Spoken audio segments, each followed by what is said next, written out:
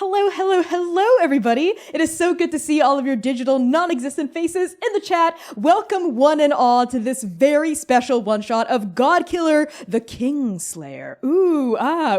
Featuring Mark Meer as the Godkiller and Jeremy Cobb of Three Black Halflings fame as God. This is an immensely special game to me specifically, and I'm sure to all of you right now, that I'm so excited to share with the entire world. So thank you all so much for being here. As always, Godkiller would not be possible without the support of all all of you beautiful queer and trans heretics. If you don't already know, if you're here being like, what the heck is this game? I'm here for Jeremy, I'm here for Mark, what the heck is Godkiller? Well, you're in luck. Godkiller is an original holy punk powered by the Apocalypse game, created by yours truly right here, built to tell the story of one player, the Godkiller, here, Mark, and one game master, the God of Gods, here, Jeremy. So together, Mark and Jeremy will weave a mythic, violent, and transformative tale about a single mortal rising against the challenges of the divine. If you're curious about this game and want to nab one for yourself, pre-orders for the Ashcan edition of Godkiller are currently open right now, so you can nab your very own copy while they're still on sale during this pre-order phase, and get ready for their release in June. So you can use !Godkiller in chat to get your very own act of heresy. And a very quick introduction about myself. My name is Connie. My pronouns are they, he, and she. I am the usual GM, though not tonight, and the creative producer for this channel that you're watching this show on, Godkiller RPG. Actually, no, the channel's called Translator RPG, and the one-shot series is called the Godkiller RPG one-shot series, of course. We are an all-transgender, people of color-led, dark fantasy TTRPG channel set in an original, non-colonial, anti-orientalist multiverse, and our next main campaign is going to be releasing at the end of June, which is coming up. But enough about me. Let's get to slaying some deities. I'm now gonna shut myself down and pull into the shadows so Jeremy and Mark can introduce themselves. Jeremy, why don't you get us started as I vanish? Hello, everyone. My name is Jeremy. I will be your god for today. My pronouns are he, him, but some quick announcements before we get started. Oh, wait, excuse me. Before we get to the announcements, I'm very happy to be here. And thank you so much to Connie and the entire Transplaner team for allowing me to come on and play this incredible game that you created, Connie. I'm so excited. I'm going to get to do some stuff that I've never gotten to do in public games before, so I'm real excited. Mark, would you like to introduce yourself? Oh, hello, I am Mark Meer. I use he, him pronouns, as does my character, Staab, who you'll get to meet. And I also would like to extend my thanks for having me on the show and for letting me play this game. It's going to be interesting, I think. Also very pleased that I get to play with you, Jeremy. Absolutely. And I was just going to say the same to you. Ever since we've met, I've wanted to play with you and I've heard nothing but amazing things. So I'm really, really excited that we're going to get to do it right now. But before we do that, we have some quick announcements. Every Saturday from now through the end of May, Transplaner will be hosting Godkiller one-shots right here on Twitch, featuring 7 pairs of God and God-killing guests. Every single participant is a true titan of TTRPGs. So come back next week, same time, same place, to see Katie May as God and Lyrica as the Godkiller. This will be our very last Godkiller one-shot, so make sure you show up and show out. We also have some incredible sponsors for this Godkiller one-shot series. As you can see from our overlay, which is occurring all around us, we're using Roll to bring you this stream series, and it has never been easier to customize your games online with this awesome VTT. Make sure you use !sponsors in the chat to start running your games on Roll, and get some info on our other sponsors, Start Playing and Magpie Games. Finally, Godkiller is a dark fantasy series that contains content that may be triggering to some viewers. Content warnings for this episode include fantasy violence, blood, gore, complex and complicated relationships, body horror, war, eye gore, harm to animals, trauma, nightmares, and torture. Use !CW in chat at any time to get a full list of these content warnings. And with that, it's time to get started. So, we open on the land of Banazar, the dominion of the God King Vanderath. Imagine, if you will, as if there was a wound, an open wound on the face of the earth, an unhealed, open, oozing wound, and yet still a strange beauty in and among that horror, in parts, hidden, nestled, but so much pain, so much suffering. This is the land of Banazar. The God King Vanderath is a dark God King. He is known for being ruthless and vicious and very, very scary. And as we zoom in over the land of Banazar, we zoom in on one particular area, Parch. Parch is the land of the goblins. It was formerly lush, long before God King Vanderath took over 600 years ago, almost 700 years ago, when God King Vanderath took over. This place was gorgeous. It was a place of beautiful fjords with a seaside, lots of greenery and wildlife. And now it is a land of barren gorges. The sea has receded. The goblin inhabitants of Parch in the land of Banazar eke out a living, barely surviving. All of the greenery was transformed, was calcified into solid white stone, and most of that has unfortunately crumbled or been harvested for materials in that time. But as we continue to zoom in, we're not going to focus on all of the land of Parch. We're focusing in on one particular individual walking the land almost alone. Mark, will you please describe your Godkiller? Walking along what passes for a road in these parts, a small figure, perhaps 3 feet in height, though average for a goblin, and yet atypical, for this goblin is old. Goblins do not live long, but this one, in his one eye, can be seen the passing of ages and more. Shadows, flickering. His own shadow, cast by the eerie light, is indistinct. And if one looks away at the corner of one's eye, one might see multiple forms moving there. Not just a group, but a vast host. An army readied for war. Horned helmets, cruel-looking spears. The silhouettes of halberds, swords, and morning stars. And faintly, the sound. Armor. Metal on metal. Indistinct, but still there. The goblin himself is dressed in the simplest of clothes. A tattered robe. Cloth wraps around his taloned feet. A strip of cloth across one eye, which he reaches up to absent-mindedly scratch as he makes his way along the road with the aid of a walking stick. The finger disappears beneath the bandage and goes deep. The socket beneath is empty. And on his back, lashed together with strips of leather and rope, 4 skulls of varying size, some damaged, all stripped of their flesh. He pauses as he reaches a crossroads, as if the crossroads itself is his destination. Sits upon a rock and pulls from his tattered robe a long wooden pipe. He strikes flint to tinder and takes a puff. As you draw on your pipe and the fumes begin to fill your nostrils, this is not any old tobacco or any old substance that you are smoking. This is one that is peculiar to the goblins. It is a substance called grinku, spelled Grinku.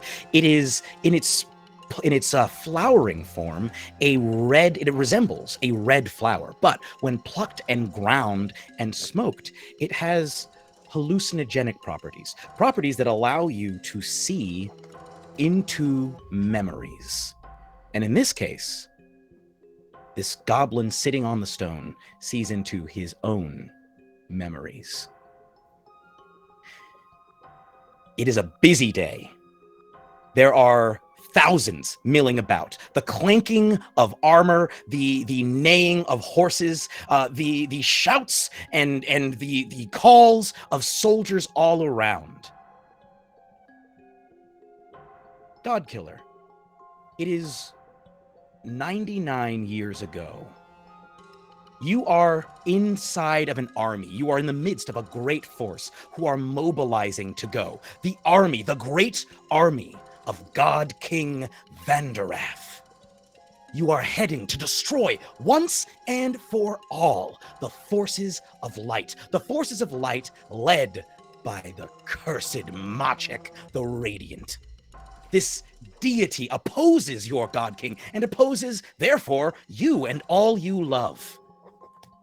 But you are not alone in this crowd. You are standing next to another goblin. A goblin not so old as you appear in the future, but definitely older than you appear now, 99 years ago. An adult, rather gruff man. He is quite thick-set, broad. He's got a stupendous mustache. And he looks over at you and says, Staab, are you ready? Yes, Uncle. Yes. Now, remember, no matter what, our God King will be with us. They will have great forces. I have heard tale of hundreds of thousands, nay, millions on the other side. But look, we are a host of millions as well. He waves his arm, and you can see a sea of soldiers, not just goblins. There are humans, there are elves, dwarves. There are some that appear to be some kind of monstrous beings. Some of them almost lycanthropic in nature, hybrids of humanoid beings and animals and beasts of all shapes and sizes. Some of them almost eldritch in nature. It is a mighty force that is mustered here. How are you feeling, Godkiller? Staab raises his weapon above his head with both hands and yells, Hail to the power, the infinite power of the God King Vanderath. Yes! Nuncle raises his halberd into the air, and he is actually quite strong for a goblin, to the point where he is able to hold a regular-sized halberd. It is several times longer than he is, and he raises his and says, Yes! All glory be to the God King Vanderath for us all! And the company of men surrounding you cheers. Other soldiers run up and begin cheering. You can hear the cheer start to spread out throughout the forces. This is going to be a bloody day, but it is a blessed day. For this is the day that you will smite the forces of Machek the Radiant, the forces of light, from this earth forever. Nuncle turns to you and says, Remember your training. Remember your stance. Low to the ground. Start in, dart out, stab, slash, hook, pull. Get them low. Pull them to the ground if you must. Hook them, pull them down. Then you have the advantage. Keep your gravity low, little one. Through all of this, Staab is following the orders exactly. Like, as to get low, he gets low. He's basically moving through, as he speaks that sentence, he's doing every action within it. Yes, and I think even as you're doing this, these are actions that you have practiced hundreds, if not thousands of times, with Nuncle shouting at these orders at you over the course of years. Would it be fair to say that he is possibly the closest member of your family to you, at least the one you've spent the most time with over the past few years? Yes, I would say so, and is actually my uncle. He has also been responsible for my military training, and probably took me under his wing, somewhat being a blood relation. And as you are practicing these moves and he watches you, he nods, and his mustache seems to swell with pride as he says, Yes, well done. Staab, you will live up to your name today. You will stab straight into the heart of the foe. Yes, indeed, Uncle, indeed. Glory to the God King. Yes, glory to the God King. And he puts his mailed hand on your shoulder and says, And glory for us. I am proud of you. I'm proud of you, Staab. And as Staab nods forcefully, the visor on his sort of bear trap visor on his helmet slams shut.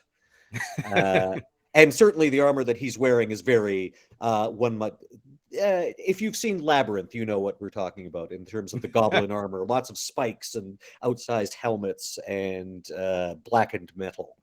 Exactly. And as it slips closed, Nuncle reaches forward. You have to stop oiling this quite so much. Look, there's too much. Look, I can see all the snot that's smeared on here. As a little world building detail, ever since the land of Lush turned into the land of Parch, there has not been much in the way of natural lubrication, except for a strange area known as the Snot Falls. And snot is commonly used by the goblins as a lubricant, as well as when it hardens, a very useful mortar, very good for building cities, as it turns out. I'm getting real Shrek vibes out of this, Jeremy. Sadly, a lack of swamps in Parch. They all dried up. But he looks at you and says, "Now, whatever happens, remember, I will be with you. And more importantly, the God King will be with us all." Yes, and as he turns, you can see now a giant walking through. A giant possessing of, I think the easiest way to describe it is far too many arms. Walking through the forces, looking down from above, and a voice so deep it's almost inaudible. It's just a rumble echoing from this throat of this giant looking down at you. You hear, "Captains, prepare your troops. We move." And at that, your nuncle turns and says, "Right, troops, to me! Forward!" And once again, the troop lets out a cheer. There is such an air of blood and vinegar in this group, such a vigor for what's about to happen. Does Staab join this cheer? Oh, yes, most definitely. And enthusiastically, again, raising his weapon above his head. His weapon, I think, given, it's got to be a stabbing weapon given his name, so it's like a dirk, essentially. Yeah. I love it. You wave your dirk. There is just a host of weapons in the air. Once again, that cheer seems to spread out throughout the forces until a million voices strong, a roar goes up. For the glory of the God King. And the army begins to move. Staab hurriedly grabs the rest of his stuff. He straps on a buckler to one arm that also has like a cruel blade. It's sort of like a buckler he can also stab with. And falls in line, probably sticking very close to Nuncle. In that moment of adrenaline, I think prior to that it was like very in the moment, and then I think with the moment of just like and the incredible hype that moment produces, I imagine the actual march is a blur. I imagine the next clear moment, and by all means you can absolutely gainsay any of that, but I imagine the next bit is a blur, and the next clear memory is seeing the opposing forces. It's as though this battle is taking place on the border of Benazar and the lands of light. And it's like literally the end of a wound and then lushness and beauty and greenery on the other side. And you can see a huge army. It looks every bit as vast as your own, but of course, nowhere near as powerful, approaching and from the other side. Not half as spiky. Oh, nowhere near. Very much too smooth. Far too many smooth curves in their weapons. What are these people thinking? How are you going to win a war without spikes? And as you are standing there, and the two armies are cheering at each other like they're roaring battle cries. What is going through Staab's mind at the moment of conflict here? This is the first time that you've ever been in battle. You've been training for this day for years, since you were a child, but you are now here away from most of your family, only here with your nuncle, and you are seeing a vast array of unspiked foes. How are you feeling in this moment? I would think that Staab, again, he's filled with the fervor that has been instilled in him throughout his training, probably since birth in this land, and simply sees the lack of spikes as weakness, to be sure, and is buoyed by like the screams and howls coming from his side. I think those cheers and howls on both sides suddenly begin to change in tone as you hear the calls for mages to the front, and you watch as the mage units start to move forward with their great magic siege engines, but not built to just destroy buildings. These siege engines have been modified for armies. These are giant conduits through which they can channel their immense magical power that only amplifies it. And you watch as the other side brings theirs forward, and you can see you've watched these fire before. But this is the first time you've seen one aimed towards you. You are looking into the mouth of a fireball mortar as you see the mote of light appear in the center. So small you can barely make it out. And it continues to grow with a roaring sound as it gets larger and larger and larger. Yours powering up just at the same time as theirs are, pointed at you. You can see in that moment not just that great ball of flame aimed directly towards your side.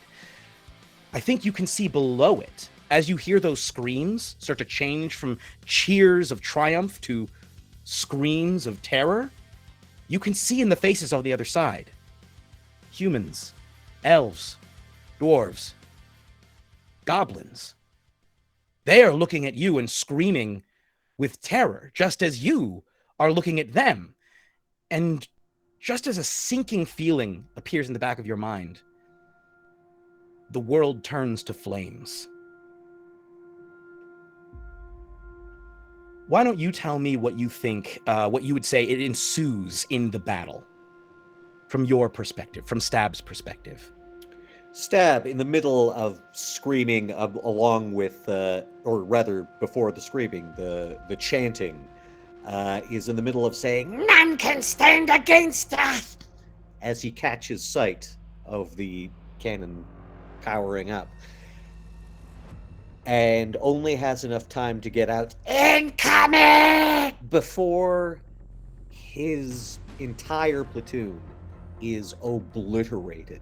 He's sent flying back, spiraling end over end, and lands a little further back in the lines, at which point both forces open up, not only with spells, but also charges of cavalry, volleys of arrows. And despite his shock, he manages to pull himself to his feet and just get swept up in an ongoing rush of soldiers from his side. The rest of the battle is flashes. People being killed in front of him, him killing others. And the accumulation of wounds, always being pushed forward, ever forward, into this meat grinder in the middle of the plain. Both armies utterly decimated. I think your... Oh, go ahead. Oh, your last memory, I think, before you lose time, before you lose track of whatever was happening, the conclusion of the battle, your nuncle, charred, missing an arm, still standing, having lost his halberd, but waving a banner of the God King above his head, screaming, "For the God King! We can take them! We can take them! Do not fear! The day is up!" And he is cut off, as seeming to sprout from his chest a curved, beautiful blade, like a flower blooming through him. He looks down, blood beginning to pool at the sides of his mouth. He looks up at you, Staab, his eyes searching for anything to make sense of what has just occurred. He locks eyes with you. He says, "Staab, I am fallen. Where's the God King? And as he says this, it is the sword pulled back through him.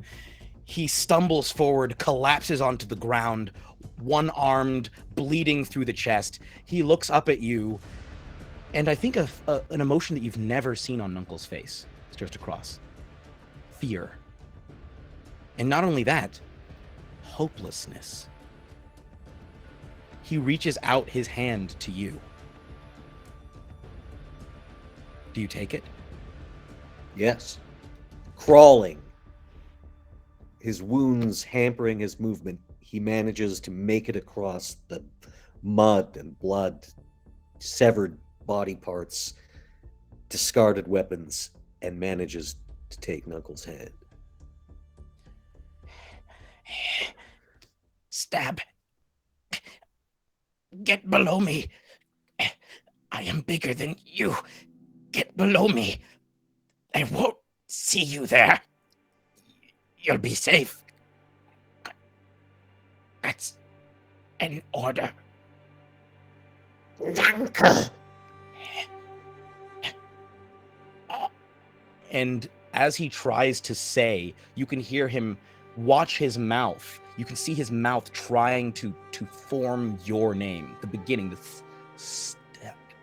But instead of words, a bubble of blood comes forward and bursts. And with that, Nuncle is no more.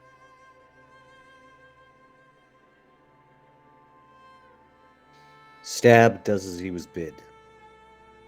Nearly unconscious from loss of blood, he manages to burrow underneath, hiding beneath the corpse. And his vision falters. He loses consciousness. And when he awakes, his eye is being pulled from its socket. He lies on go ahead, please continue. He lies on his back, trying to figure out what's going on.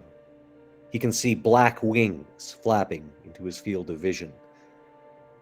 And as he pulls himself up, the crow, which has been trying to pull the eye from his socket, flaps back with it in its beak. That's mine. The crow, in utter shock, more out of shock than anything, it almost instinctively swallows the eye. And you see just a go down the throat, and you hear, "Oh, I'm terribly sorry. I'm afraid I thought you were dead." Well, you were wrong. Looking around, Staab can see what looks like miles of dead bodies, burning wreckage of siege engines. Both sides seemingly completely wiped out. The only movement on the field, carrion crows, like this one, the one that's plucked his eye from his head. A boon you owe me. Took what was not yours. A boon, you say? Oh, heavens. Well, you know what? Why don't you hold that thought? And the crow turns and starts to try and fly away. Reaching out, he grabs it by the tail feathers. No, I need those to fly. I say, this is rather uncouth of you. You have taken what is mine. Well, yes, I'm terribly sorry about that. But, you know, it was rather unintentional. You see, I didn't think you'd have any use for it anymore. So, you know, why don't we just let bygones be bygones? No need for a boon. Take my eye. You will be my eye. Oh. And as he says this, the crow hiccups. I'm not sure if crows are capable of such a thing, but this one does. And the eye pops into the back of its throat as its beak gapes wide and looks from side to side. From Staab view, hi. We see Staab looking at him at the crow.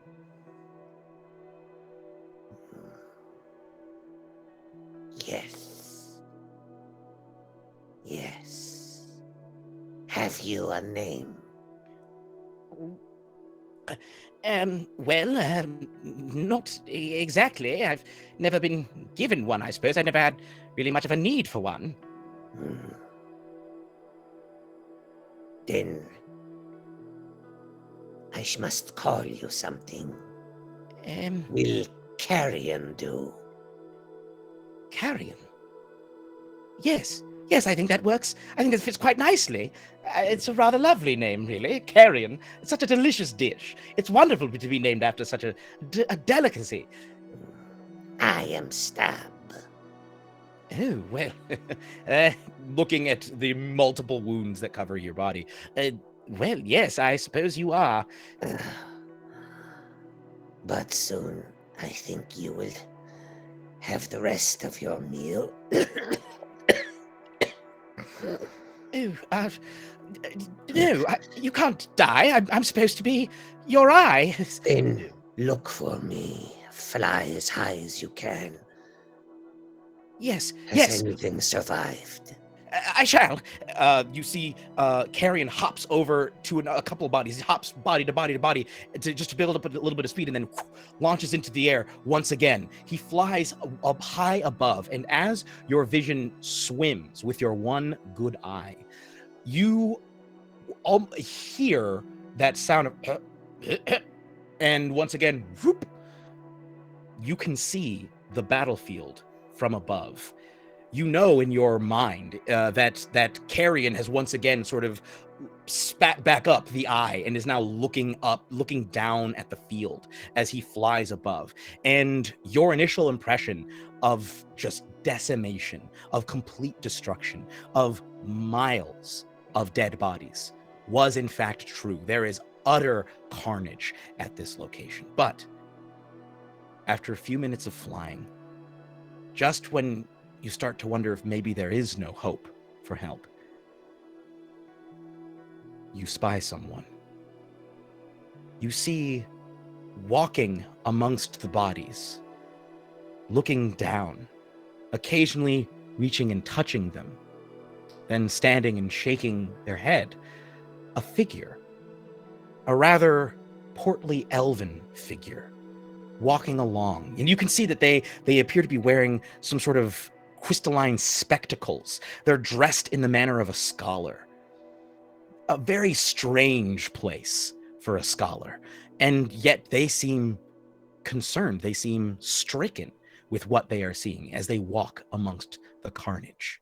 And I think it's only a moment before your vision of them starts to get closer and closer as they go larger and larger as Carrion flies down towards them. And there's I don't think he didn't swallow your ear, so you don't quite hear what is said, but you do see the look on this elf's face as they look at this crow speaking to them with an eye in its beak. And you watch as their face turns from shock to confusion to sudden concern. And they have a beautiful face, I think is the best way to describe them. Their face is beautiful. And their eyes are as beautiful as the face is. The eyes themselves almost look serene. Even though there is concern, there are lines on the face. It's like, the mouth twists into a look of concern. The eyes still maintain a serenity behind those crystalline spectacles. And this scholarly figure nods, and as Carrion takes back off into the air, you can see, as he occasionally looks back, this figure hurrying through the bodies towards you. And it is several minutes before they reach you, but they do reach you in time. And this figure runs over to you and says, "Oh my goodness. Oh my word, you're still alive. The crow was telling the truth."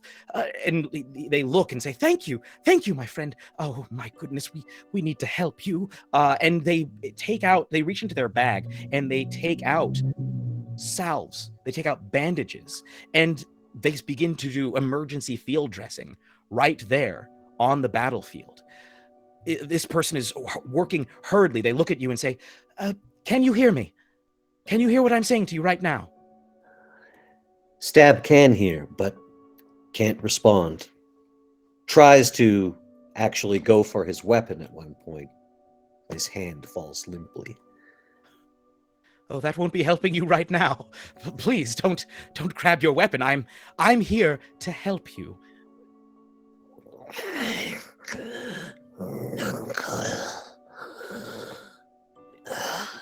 He No, points feebly towards what is obviously the corpse of Nuncle. You see once again the eyes affix Nuncle's fallen form, and once again a look of sadness, but serene sadness, as they turn back to you and say, I'm so sorry. There's nothing I can do for him. I'm afraid he's already passed. And they say, my name is Bright. You don't have to tell me your name now. I understand you're injured. Please, just hold on. I promise you, I can help you. And I think your last memory of that battlefield is being lifted up into the air by this elf and wrapped in their cloak. And you feel yourself begin to move as you hear the caw of carrion as he flies alongside you. And we're back in the present day, 99 years later. In the present, the goblin formerly known as Staab taps out his pipe and tucks it away as he looks to the sky and sees the silhouette of a crow descending in slow circles.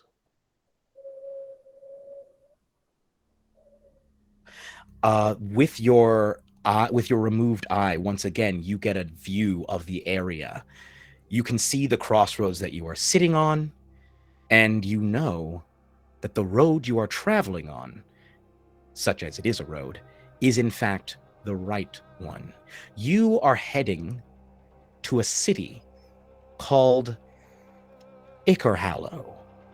Ichor spelled Ichor, Hallow spelled Hallow. Ichorhallow, one word. You are heading there to meet with someone with whom you have met in the past. This person has given you quite a bit of information on your quest. This person has proven very helpful. Their name is Vorid the Chitinous. Vorid spelled Vorid, and Vorid's pronouns are she, her. Vorid has proven invaluable as you've continued on your quest. And through your eye, you can see there are no threats in the immediate vicinity. You are less than a day's travel away from Ichorhallow. You can see just on the edge of your vision the fires of the city. It begins again, I think. Carrion flies back down, lands next to you, swallows the eye back, and says, well, it looks as though the coast is clear. What do you say? Should we head out? I would linger here a while longer, for crossroads are places of possibility. Yes, of course. Right, absolutely. And he sort of hops up onto your shoulder. And I think as he has done I think it's a habit he developed from over the course of your travels, from hearing a variety of different songs that people have sung. I think he begins to sort of caw softly a melody that he has fashioned out of these varied songs. A melody that seems to represent all of Banazar over the course of your travels. And this part that he is calling at this moment specifically references, it's composed of melodies that he specifically has heard in Parch. So this is like the goblin melody that covers all of Parch as part of the overall Banazar melody. And as he sits there with you, why don't you tell us a little bit about the skulls on your back? The skulls on his back. Do you want the full story of these skulls, or should I be more surreptitious about this? However you wish. Upon his back, he wears the skulls of gods. Gods he has slain. Servitors, lieutenants of the god king Vanderath. His heralds. 4 have fallen, and 2 remain. One of the skulls actually it stands out a bit from the others because this skull does not look to be made of bone. It looks to be made of stone, and it has a still hanging beard. This skull still retains a thick facial hair, a thick, wiry beard.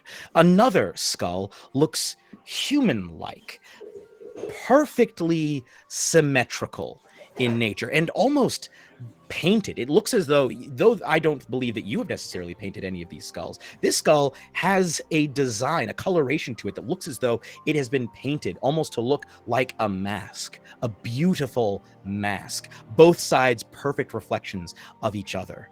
Another skull, a bestial skull, looking like some sort of canine feline hybrid with large fangs, and from on top of its head you can see sprouting 1 horn in the center, 2 horns behind that, in front of the 2 horns massive antlers.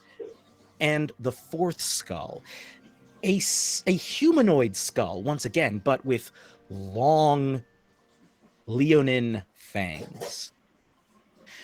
These are the skulls of Anvar the All-Wise, the one with the beard. The mask-like skull, Oranba the Symmetrical. The fanged bestial skull, Karnos the Blood Antler. And the humanoid skull, but with fangs, Hinanak the Heavenly Lady. You are on the road right now to try and discover the location of the next god, Araphane Evenfall, Mistress of Twilight. And as you sit by these crossroads, letting the time pass, whiling away the hours, it is not long before a figure appears on the road. A figure walking towards you, a rather tall, surprisingly spry figure. One dressed in traveler's clothes, but even below those loose-fitting, hardy clothes, you can still see broad shoulders and a powerful build. This individual walks along the road, and as they arrive, they see you. They pause a way off and extend a hand. You can't see their face; it is cloaked, but they say, "Hail there!" Hail, stranger. Well met. They throw back the hood to reveal a feminine face, and they look at you, and a feminine humanoid face, I should say, with dark skin. And they look at you and say, or rather, she looks at you and says, "My name is News. I'm just walking along. I was heading actually towards Ikerhallow. Are you in need of any supplies? I have water, I have food, I have provisions." I have what I need, though I too am bound for Ikerhallow. Perhaps Excellent. it is fate we travel together. I have merely stopped to rest. Oh, yes. Well, would you mind if I joined you for a moment? I think it is meant to be so, for my rest is done. She walks over and sits next to you, and she looks down, and with a friendly expression, a surprisingly friendly expression for these parts, she regards you with a knowing look, almost without fear, and she says, Have you been traveling long? Very long. Are you... But soon, my destination shall loom into view. It is you, isn't it? She leans in and she says, are you the host? I have been called such. I've heard tell of you. I've heard about some of your exploits. I've heard about the slaying that you performed. You killed the Blood Antler, did you not? This is his skull.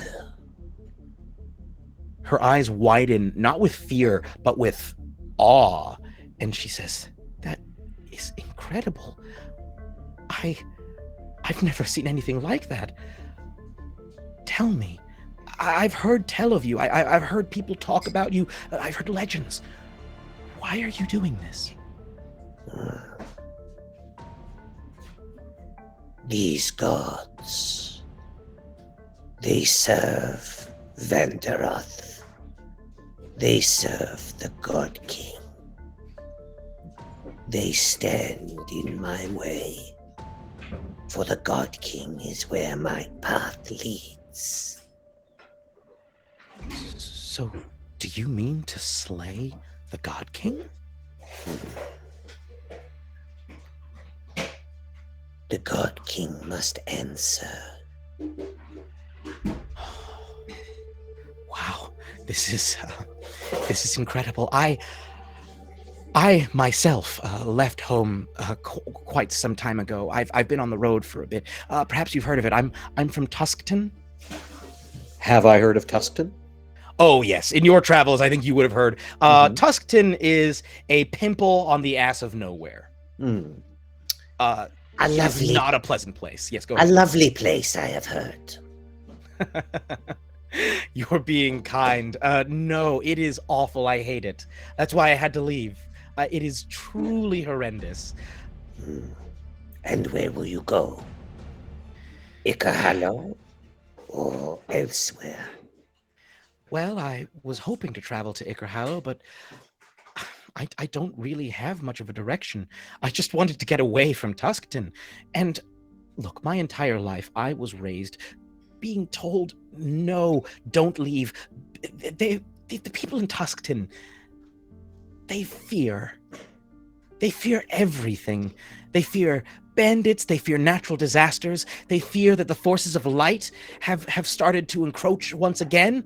I'm sure you've heard the tales, and Yes. indeed you have, yes. And they are correct.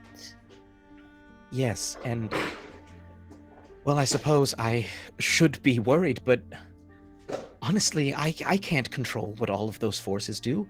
I can't control whether bandits attack or whether natural disasters occur, or even if the forces of light invade. All I know is that I couldn't waste my life there anymore, and I needed to get out. And I don't know where my destination is, but I just know it wasn't there. Perhaps your path lies with me. Perhaps this is why I waited. Perhaps this is why we have met. To hear such a thing from one such as you, I couldn't have imagined. Thank you? Should I say thank you? Crossroads are places of possibility. There is no need to offer thanks. Oh. And she sits a little taller, and her it's almost like she swells with a little bit of pride or confidence at hearing that. You can tell she's not. Again, she does not seem to be terrified of you. I think this is not the first time you've been recognized, I'm sure. And I would imagine most of the time when people have heard of you, there's a certain level of fear. Someone with the power to destroy gods. That is a terrifying prospect. A terrifying and wonderful prospect. And it seems like she mainly sees the wonderful. And she looks at you and says, it would be an honor to be able to travel with you for as long as our paths align. An honor? Then you do not serve the God King in your heart. Many in my town do, in fact, most. I was raised in the service of the God King, but I've heard tales of the Day of Slaughter. I believe it was almost 100 years ago, that great battle. And I hear about the destruction of the armies. And I thought to myself, why would the God King allow something like that to happen? Allow. It was not something he allowed to happen. It was something he caused to happen. He spent us like arrows from a quiver. He sent us to slaughter. He must answer. Yes. I can't think of another way. That it's simply not right. And she looks for a moment and she pauses and says, wait, you said he spent us?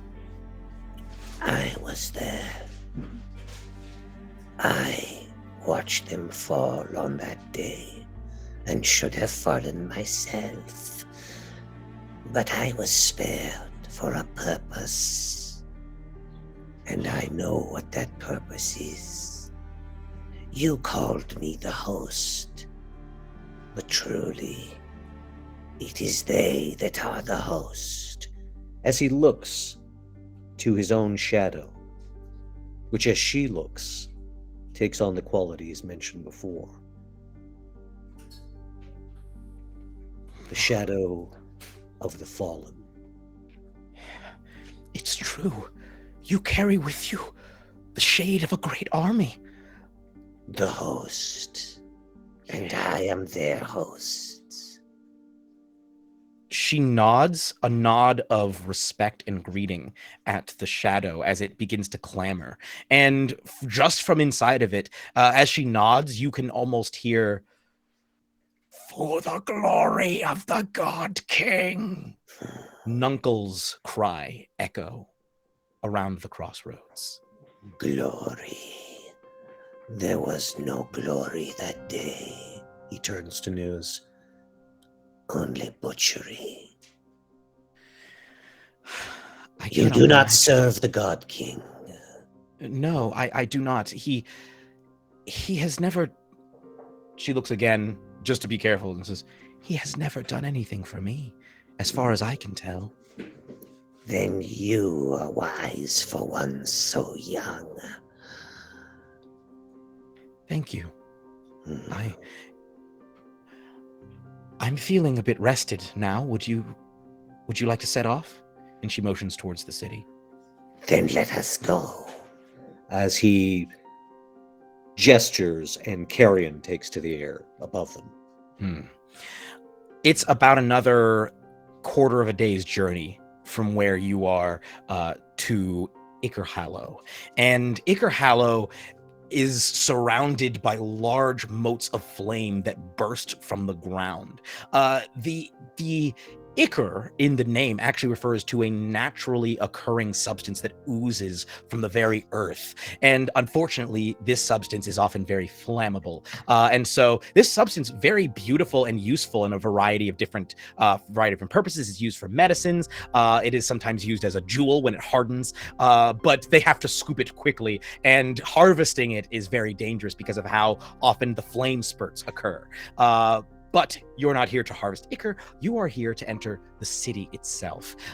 This city is gloomy, despite the fact that it is massive. It's one of the larger cities, actually, in Banazar. It is massive, but there's a gloom that hangs over the whole place, sort of a depression. It's a sadness. The people here are constantly busy this way and that, much like other cities where they have to, everyone is looking down. No one is looking up. No one pays too close attention to other people for fear of a dispute, for fear of a stabbing, for fear of an attack. People keep to themselves, are scurrying this way and that. And this city is old, hundreds and hundreds of years old, and hundreds of years of construction have allowed for many nooks and crannies, the perfect kinds of nooks and crannies for someone who doesn't want to be found to hide. Where can you please describe, rather, the nook and or cranny in which you find Vorid the Chitinous? And I'll describe Vorid when you arrive.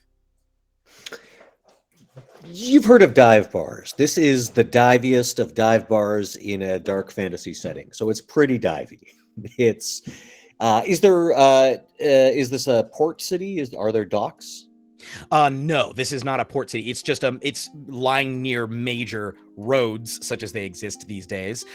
So many travelers will stop there. Then a tavern in the poorest of the town sections, and in the area that's the least desirable place for a tavern, probably near a garbage dump or perhaps a tannery. Like there's just a horrible smell in the air, which sort of acts as guard repellent. And so yes, if you've ever been next to a tannery, it's not a pleasant smell, and that's where this tavern is located. This tavern is called the Boar's Wallow. Ooh, I love it. The Boar's Wallow. And it does live up to its name. Even it appears to be sitting in a bed of mud. It's a wonder this place has not fully sank into the mud and just been swallowed up by the city itself. As you arrive, again, no one really looks at anyone else. Here, more so than anywhere else, here a look is a challenge, and people simply do not look at each other.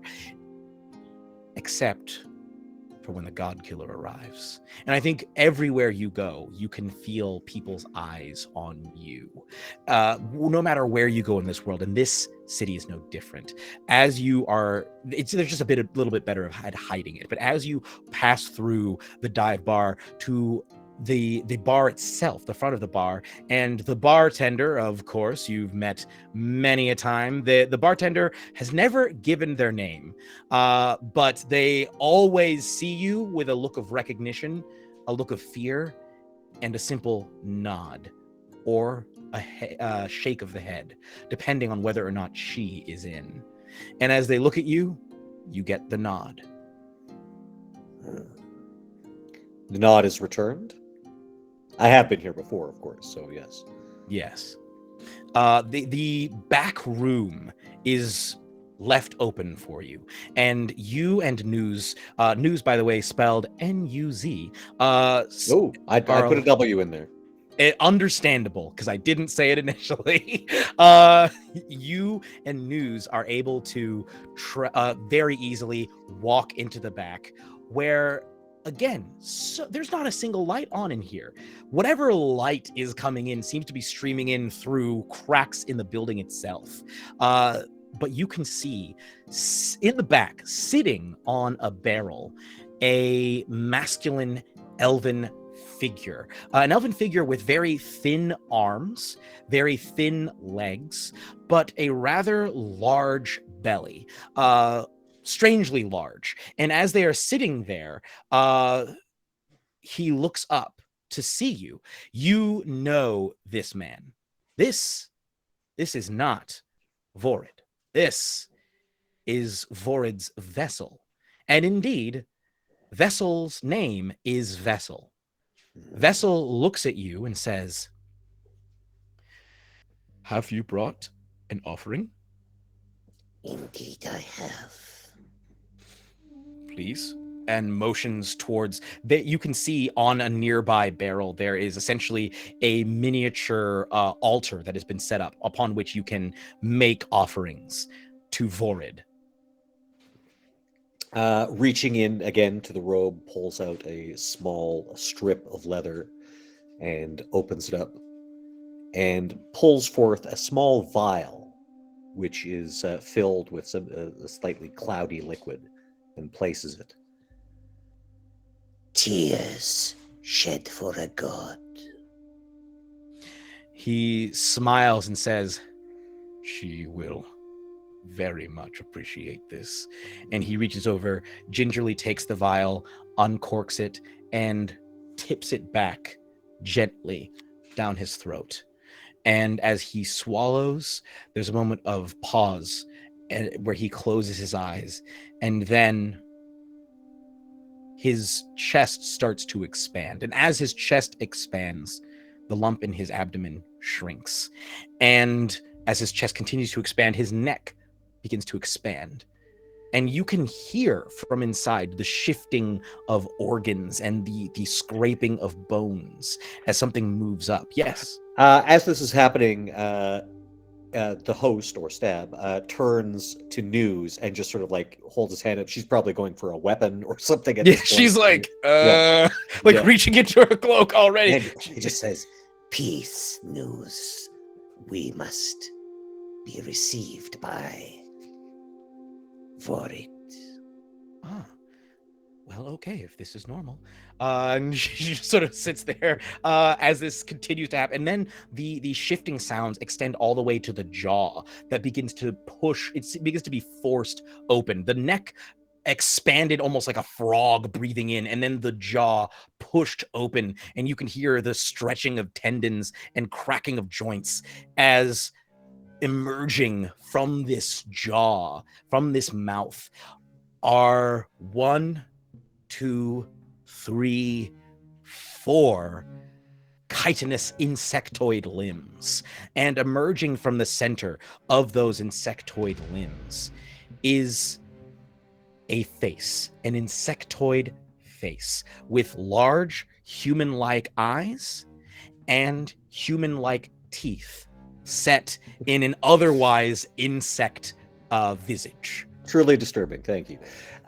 Staab, of course, does not register any sort of surprise, having seen this before, and merely gestures and says, "May I present Vorit the chitinous, an associate of mine.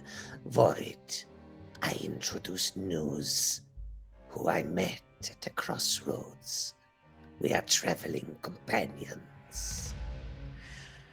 Oh, a crossroads. Most portentous. Yes, most portentous. These are often places of destiny.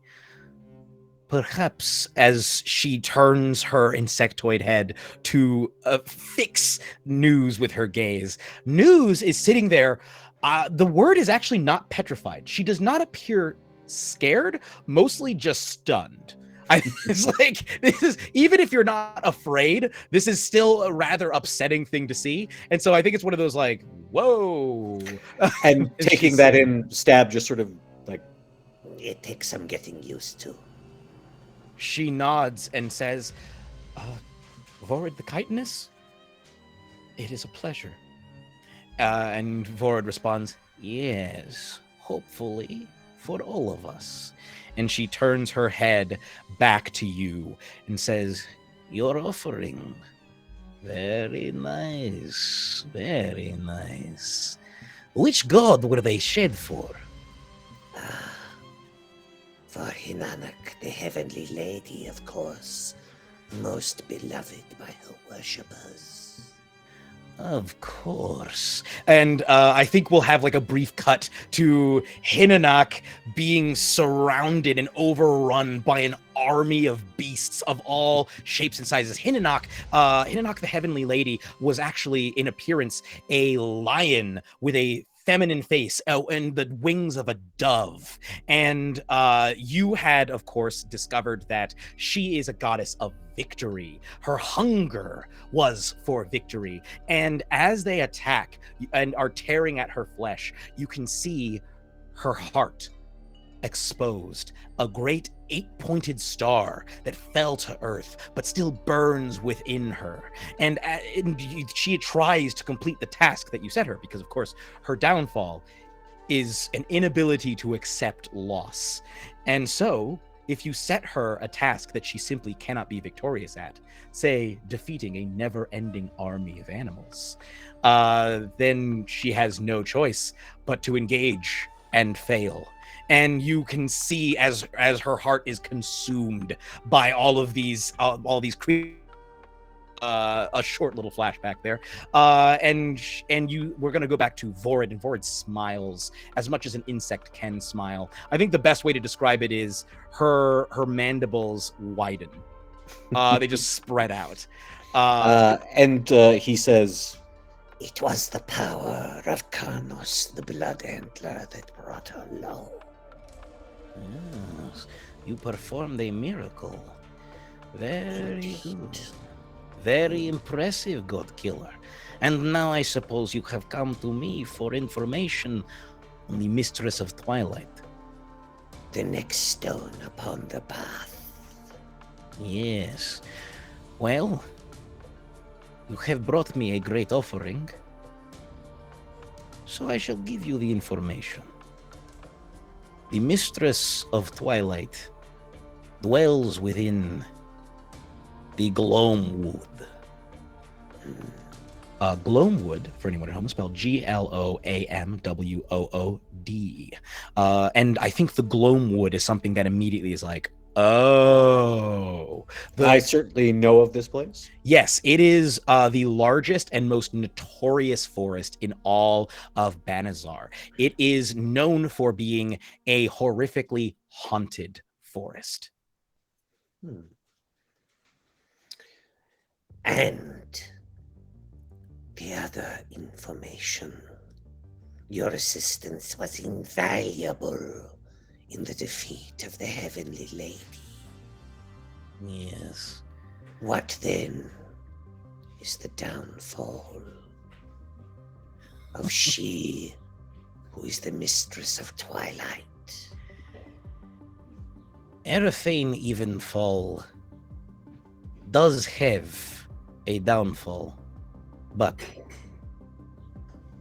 I will not tell you, she says. As her gaze hardens, she says, Your offering has brought you some information, but not that.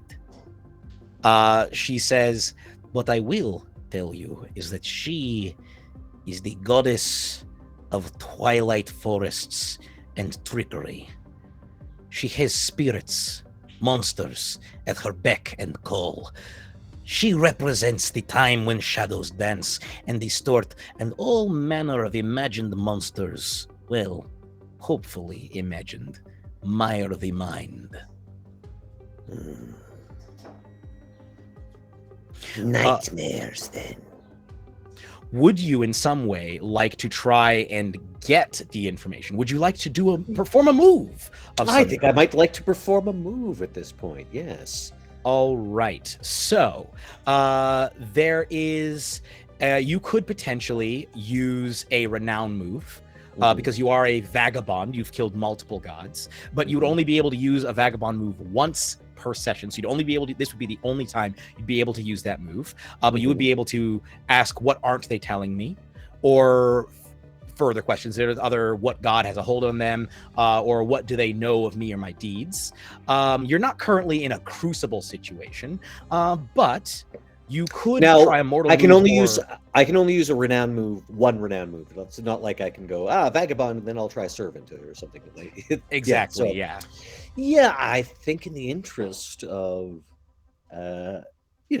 forwarding the narrative, I'm going to try a renown move. I will use the vagabond to get this information. What is the downfall? Okay, describe for me, because this is based on your reputation. This is based on who you are. How do you use your renown to get this information from her?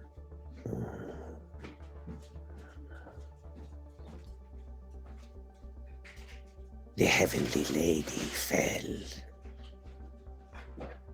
and with your help, your glory is mine. Vorid the Chitinous, you have helped me before, because you have also been wronged. You know that I will deliver. And he indicates the 4 skulls upon his back. She looks at the skulls, and she looks at you, and she says, Every time I help you, I bring further risk to myself. Every piece of glory you gain is like another sword hanging above my head. I will help you, but you will have to do something for me. If it assists in my task, you have but to ask. she nods, and she says, The mistress of twilight, her great wood, the gloam wood in which she dwells, I want it for myself. Then it is yours.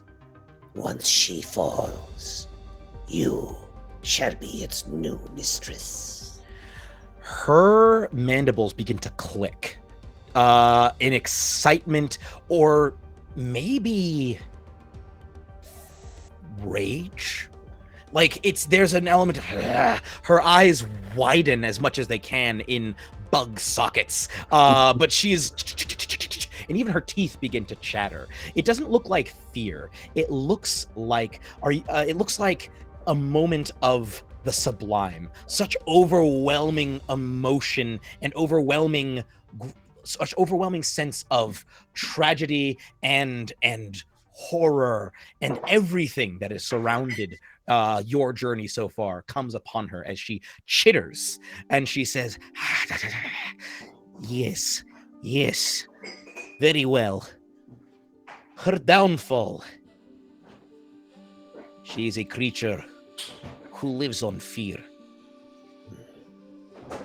All of Twilight, its power comes from fear. The shadows, their power is fear. What hides within? What could those things hiding within, what intentions could they have for you? A being without fear. She cannot overcome that. A being without fear. And what have the dead to fear?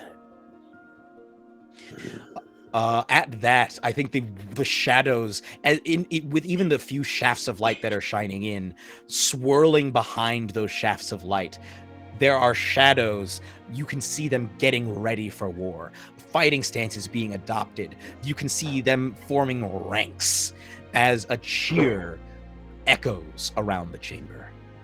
I have shadows of my own, and they know no fear. Just as they know no peace, no rest.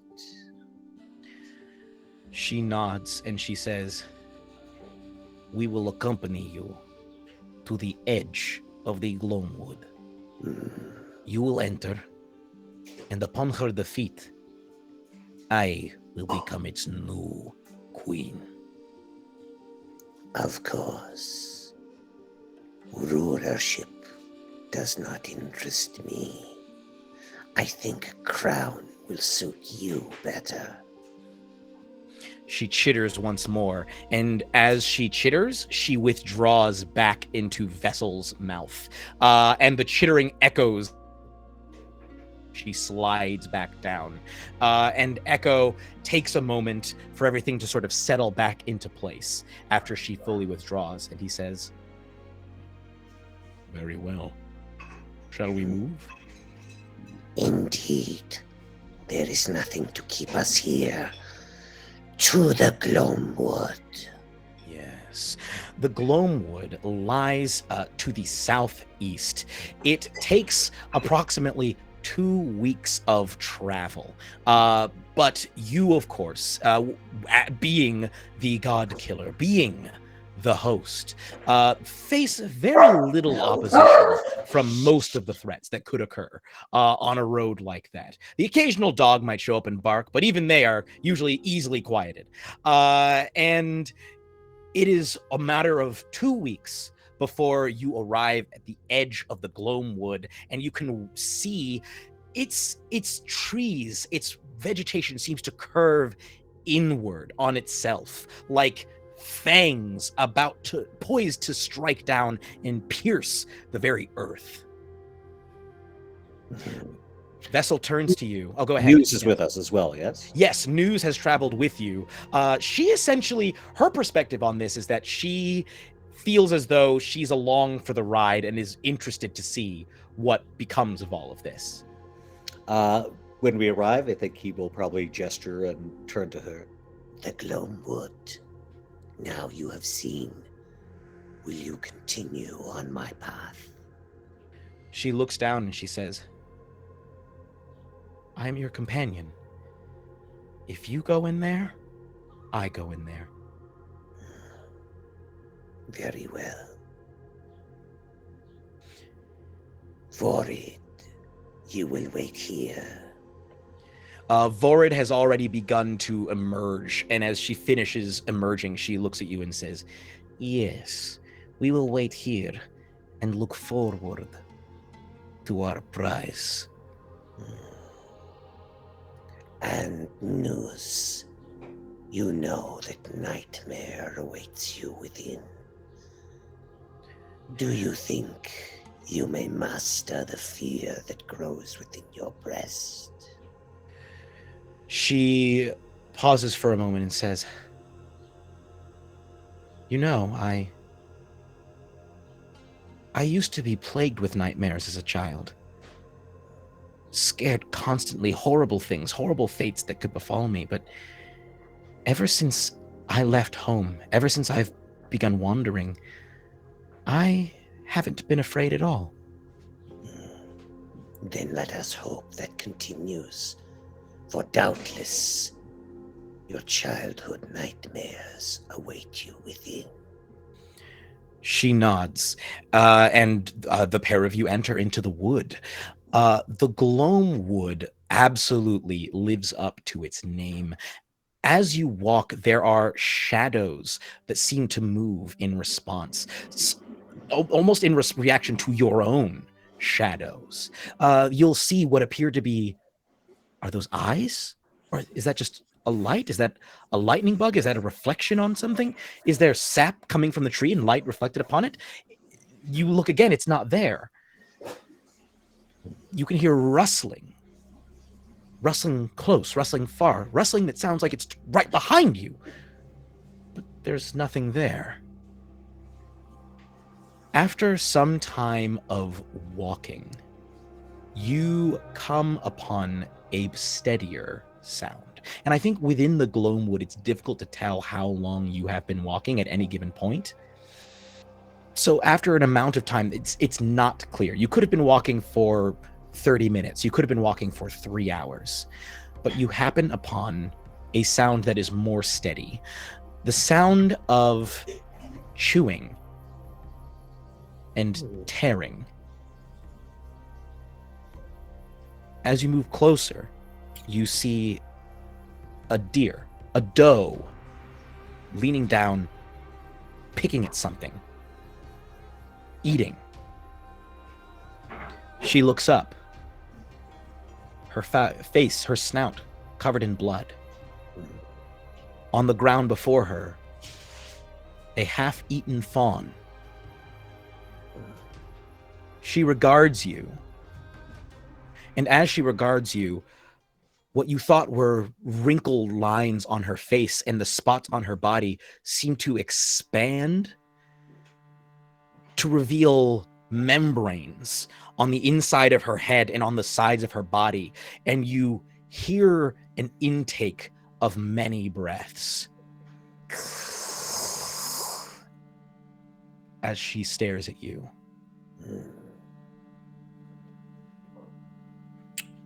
Carrion is with me, correct?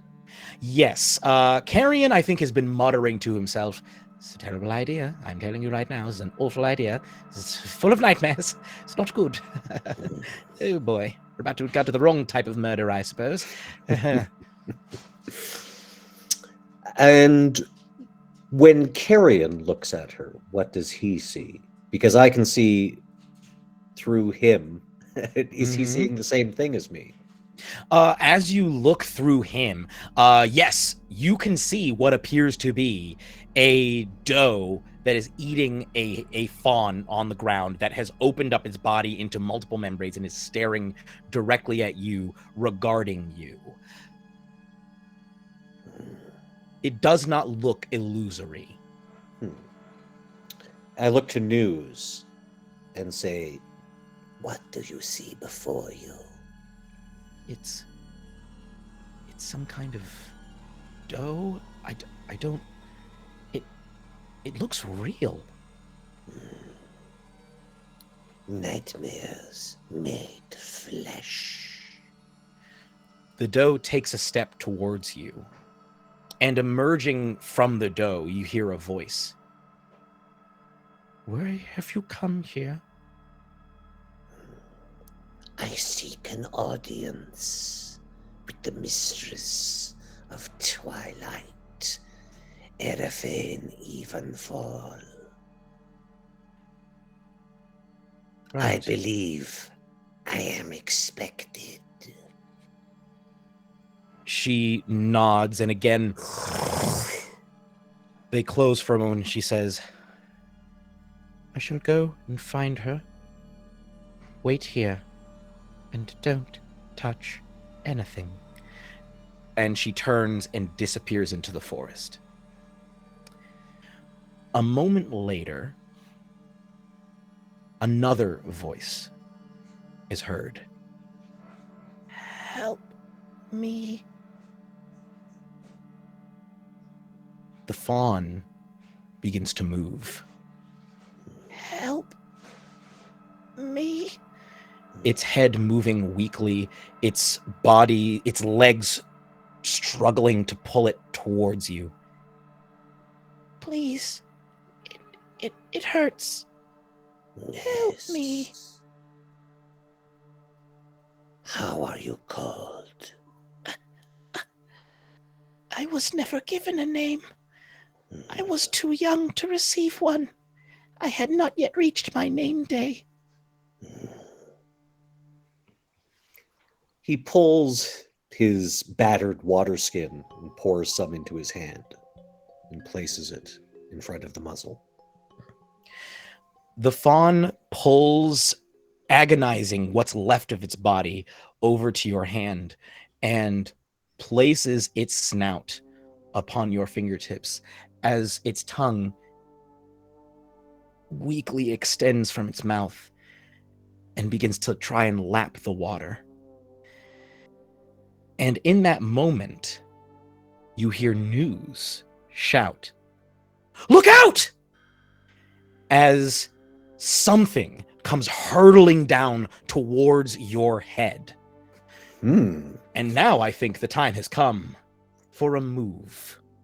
Now, this is very much something appears to be attacking you in this moment. You could potentially use one of your divine moves, like this could be an inflict violence situation. But you, rather than me just offering all the possibilities, why don't you tell me what you would like to do, and then we'll find the one that fits the best.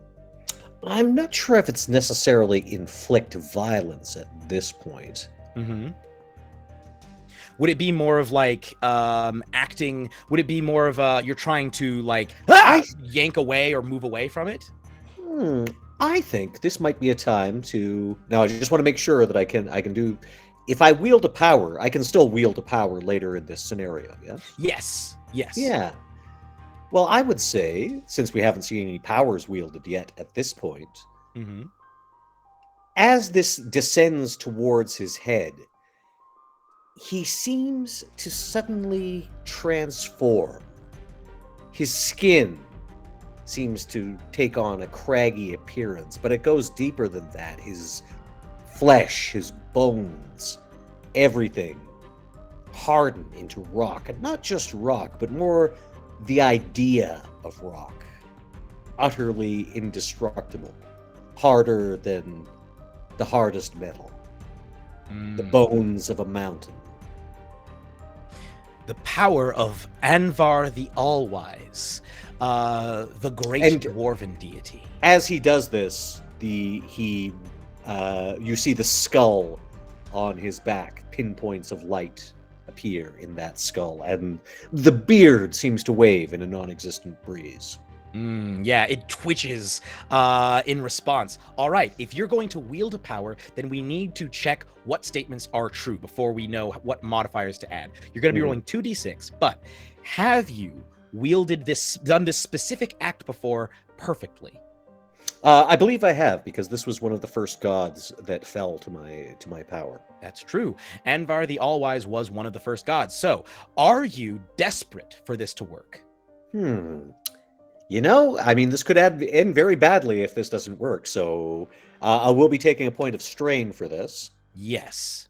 And I think it's fair to say you are not currently close to a shrine, lair, or domain of the god that you took this power from. Not unless that dwarven god hung out here in this forest. No, they did not live in the swamp. Not the swamp, in the Gloamwood. They are very far away. All right, so this is going to be +2.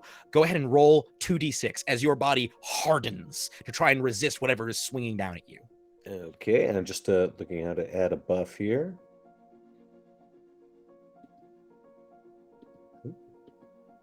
If you just roll the 2d6, we can just add. We can just add it manually. Yeah. Yeah, sorry, I don't want to. And let me know what you roll.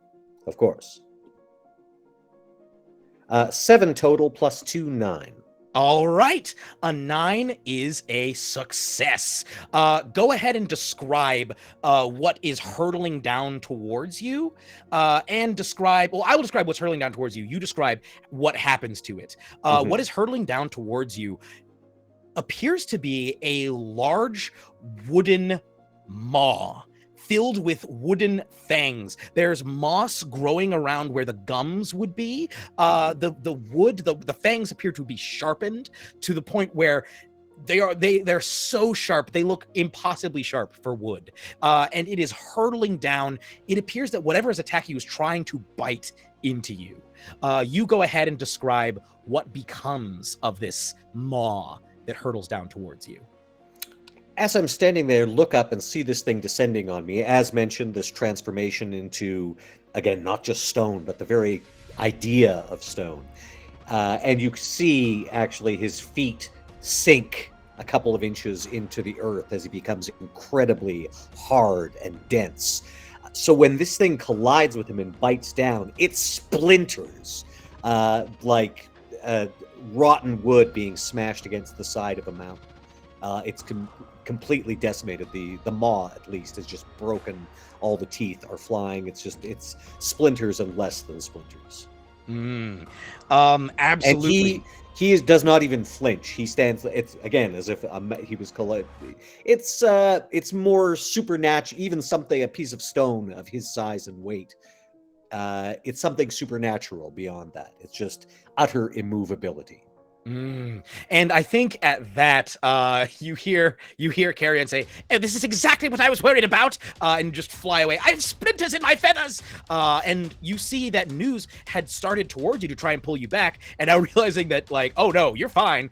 She is going to draw. I'm going to say she draws a Godin dog, which is a historical weapon. It's basically like half spear, half club, just a real thick spear with a little spike on the end of it that could be used for stabbing or for clubbing. And she draws a Godin dog and is going to move back her powerful body. Now she's being like, okay, here we go. And she's going to run back behind a tree and get ready to run out when need be as backup, essentially, reinforcements.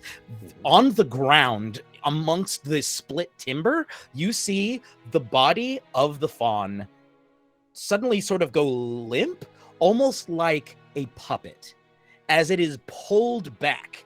And you now see that it is attached to the end of a thick, fleshy vine, almost like some sort of tongue lure, like a snapping turtle using its tongue as to imitate a worm. It pulls itself back, and this maw throws itself at you. And when I say the maw, what I mean is not just the jaws that you splintered, the entire set of jaws that you are standing in.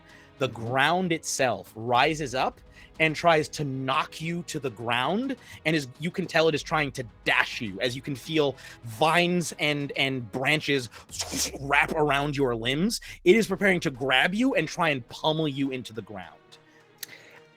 Again, this just seems, it's like trying to move an immovable object. As this thing wraps around him, the vines pull, and as they pull, they reach the limits of their structural integrity before they can actually budge him. So they're just sort of snapping off left and right as he very slowly reaches up and brushes some of the splinters away, and then just begins walking with purpose through this thing. And it's as if nothing can stop the inexorable movement of this stone form. Yes, and as you're walking forward, you basically walk right through the area of the maw, and you hear a piercing scream of rage as this thing, it comes from the belly of the roots of the forest itself as you are walking through, and it doubles as once an expression of emotion and also as a call, as thousands of sounds begin around you. Like, it's the rustling sounds. You can hear calls, you can hear roars, you can hear hoots, you can hear screams, you can hear cackles of things moving in your direction. An array of nightmares. And I'm going to need you to make another move because you all have defeated the maw, but now there are more things coming towards you. What would you like to do in this moment? You've already used one divine move. Would you like to stay on the divine move train, or what are we trying here? I think we stay on the divine move train, and, it's going to be inflict violence. All right. Describe for me how you intend to destroy these nightmares that are approaching you, or rather to harm them. Well, one good horde deserves another, as this time, tapping into my own unique ability, I will unleash the host itself. We've got a horde of nightmares, and they will be met like two waves crashing into each other by the fallen army, the specters of the fallen army. As again, it's almost drowns out the sound of all this howling and horrific nightmarish noise, the war cries, the clash of metal on metal, and the sound of marching feet and war drums. Okay, so are you in this case then trying to activate your divinity? Because that is your central divinity that you have. Unleash your divinity, rather. Are you trying to awaken your divinity? Because you have not yet met the conditions. Oh, so you're trying to yes. just activate it. Yes, perhaps I should use a different power. Hold on 1 second. It's absolutely fair. I mean, I will allow you to try, because your divine trigger is when you turn to violence against someone who slanders or mocks your pain. No one has yet mocked your pain. We've not had that yet. Yes, but I will allow you to try and unleash, use a modicum of your divinity if you are willing to tempt fate. We'll save that. We'll save the tempting of fate. I'm not going to tempt fate before the break, So I believe that what's going to happen is that he reaches up and touches one of the other skulls, the symmetrical one specifically. And as he does so, it transforms into a blade, about as big as he is, but very long, completely straight, and begins hacking his way through, and not even hacking. He doesn't have to hack. The blade passes through these things as if it's moving through air. All right. So then the next question is, since you're going to wield a power again, have you done this specific act before perfectly? I would think so. I think that this is a go-to move in combat. Understandable. Are you desperate for this to work?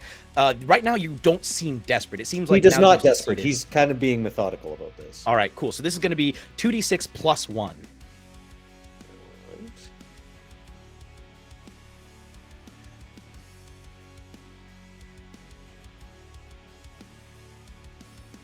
Only so 6.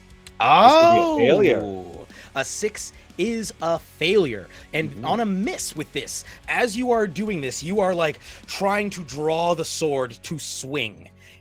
And as that happens, I think you grab this. As you grab the handle of what is the mask that is, or the skull that is transforming into a sword. What what would you say is Staab's greatest fear? I think the failure of this mission and the fact that no one will speak for the dead, that their voices will go unheard, that they will never rest. As you reach for the skull, there's a moment where in front of you, you can see your own shadows running away, crying out in fear and defeat and anguish. And you feel yourself frozen in place with the realization that you could lose, you could fail, that you have not yet, but there's still more, and there are thousands of these things. And you start to see the eyes, the slobbering teeth, the decaying flesh, the rotting wooden beings, all surging towards you. And in that moment, you seize up, and they jump onto you and begin tearing. You suffer 3 strain. That puts you at 4 strain. Excuse me, unless you would like to, you could, instead of suffering 3 strain, I believe you could actually choose to try and achieve the full effect and just take the 3 strain. Rather, you could say, like, I take the damage and then fail, and then things continue in that direction. Or you force it to work and you suffer 3 strain. Okay, I'm going to force it to work. Okay, so you freeze that'll up. That'll leave me at 4 strain, which is, I know we're getting close to break, so that's a good cliffhanger. So Exactly. Yes. You slide just as they are upon you, just as you can feel the claws, the pine needles, the dripping venom start to pierce you. You muscle your way past, feeling, and it feels like something inside of your body snaps as you force your way through this fear that was holding you in place and begin hacking and slashing, and you turn into a whirlwind of carnage. You are, I think the next few moments are a blur. I think, would it be fair to say that you, with that fear in your mind of, I could fail, there's a sense of, I cannot, I must not, I cannot, I must not. And it's like being back in the battle for a moment, where it's that same sense of, like, I have to do this, I just have to survive, I just have to do this, and just slashing and hacking. And after, who knows how long, you stand not alone, you stand next to News with Carrion above you, surrounded by the slain bodies of nightmares. Things that you, as you look at them, resemble things that you've seen in your own nightmares. And as you look at all of these things lying before you, there is a voice that echoes through the woods. After a moment of silence, you hear, "No, please. Please don't do it anymore. Don't harm my children any more than you need." And sliding through the forest is Elephane Evenfall. And that is where we're going to take our break. We will see you in 10 minutes!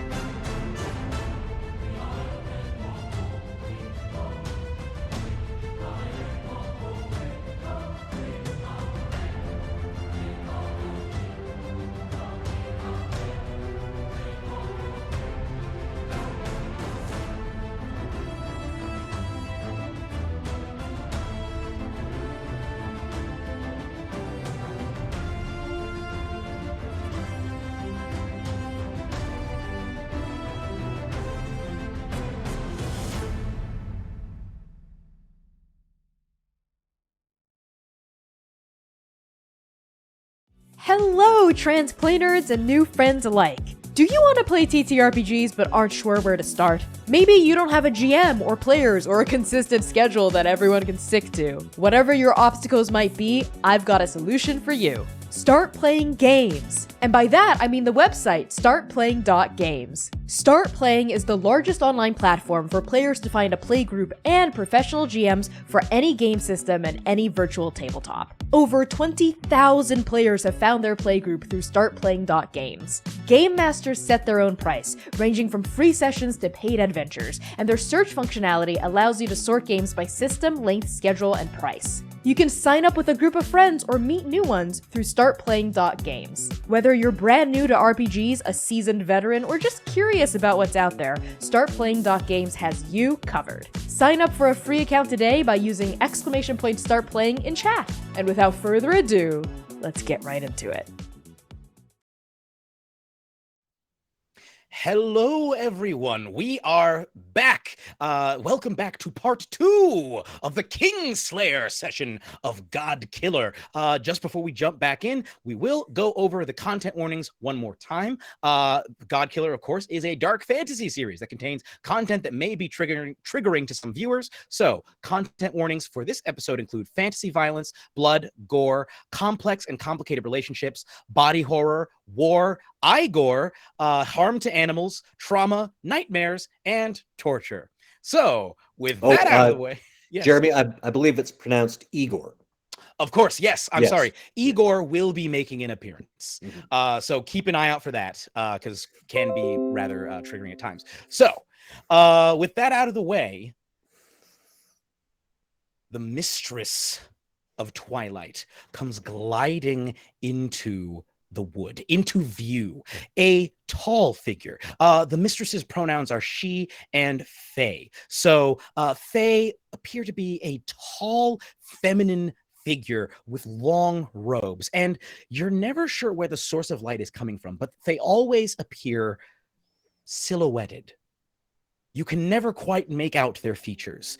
They appear to have tall, like long, arcing vines and twigs and branches arcing off of their body, and they're on their head, which they are a good 7+ feet tall. On their head, you can see curving off to the side a pair of goat-like horns, and in her face area, you can see a pair of green eyes looking down. Everything else in silhouette. And they look down at you and they say, "Please, I beg of you, stop hurting my children. There's no need to keep up this violence and bloodshed."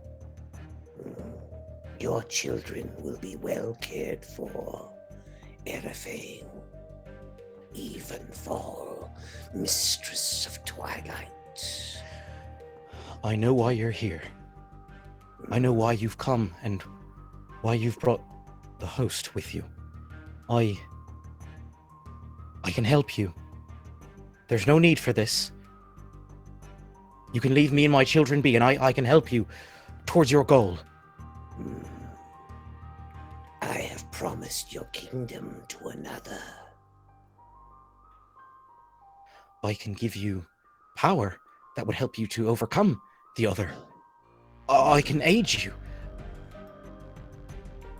You will, for your power shall be added to that of the others that have fallen, the other heralds of the God King. You are his lieutenants, and so you must share his fate.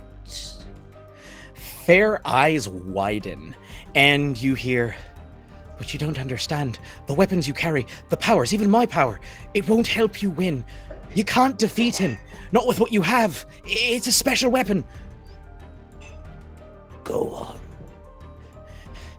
The God King, he's not of this world. Well, none of us are really of this world, but his form, his form on this earth, he has, in the far realm, the realm of the gods, another body that's connected to this one. If you only destroy this body, it won't affect his other form. You need a special weapon that will help you do it. Tell me of this weapon, then. When he bound us all to his service, when I became his herald, when we all became his heralds, he gave us a piece of himself so that he would always have a connection with us and that we would feel a connection to his godhood. Each of us carries a piece. Without realizing it, you've already collected 4. I can give you the piece for free. You need all 6 of the pieces. It will create a great weapon. The only weapon capable of damaging him is called Logos, the Divine Destroyer. Then I have 4 of 6 pieces already, yes? Yes, I can give you my piece, and then I can tell you where to find the final piece. I can send you toward Kral. I see. And yet, 4 of the pieces are mine already. 4 gods have fallen. Their power is mine. And as he says this, he's going to invoke another power. Okay. What power are you invoking? I think this will be the power of, I believe it's Hinanok, the Heavenly Lady. Yes.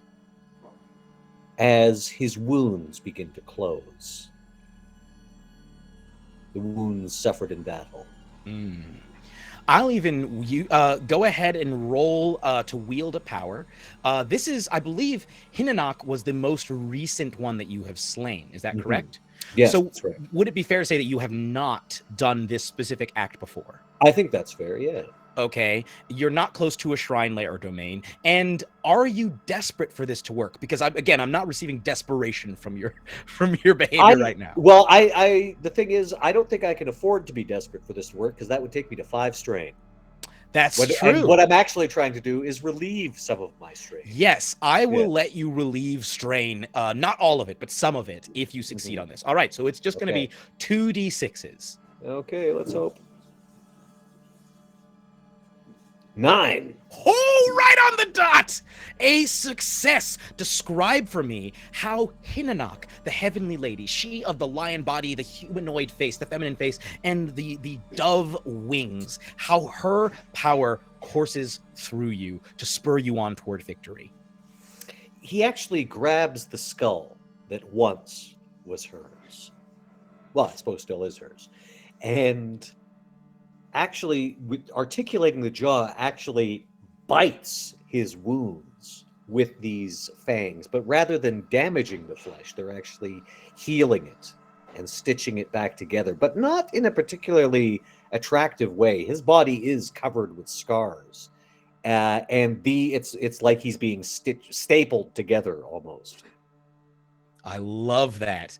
Your wounds close, and as you bounce back, now I will say, because you rolled a 9, which is on the cusp of overkill, what we will say is you can remove 2 strain. So that takes you from 4 to 2. And this was all by way of just showing that he has the god's powers already.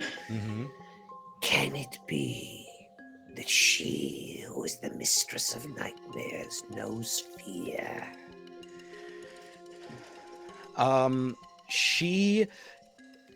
The wind, there's a wind, a cold wind that slides through the forest. The trees shake and shiver along with her form that seems to shudder. Faye's eyes narrow, and you hear the voice. How dare you turn my own power against me? I am the mistress of Twilight. I control fear. And she is going to attempt once more to attack you. I think with all of her might, that wind turns into a howl. It picks up into a screeching howl, a vortex centered directly on you. And instead of the fear of failure, what you see is, I think you see Nuncle. You see Nuncle looking at you, standing before you as you remember him in his prime, his mustache expertly waxed, and he looks at you and says, "Boy, it's not worth it.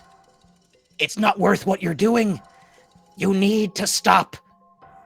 All you're doing is causing more pain, more suffering, more damage. You can't cure a wound with another wound." Nuncle.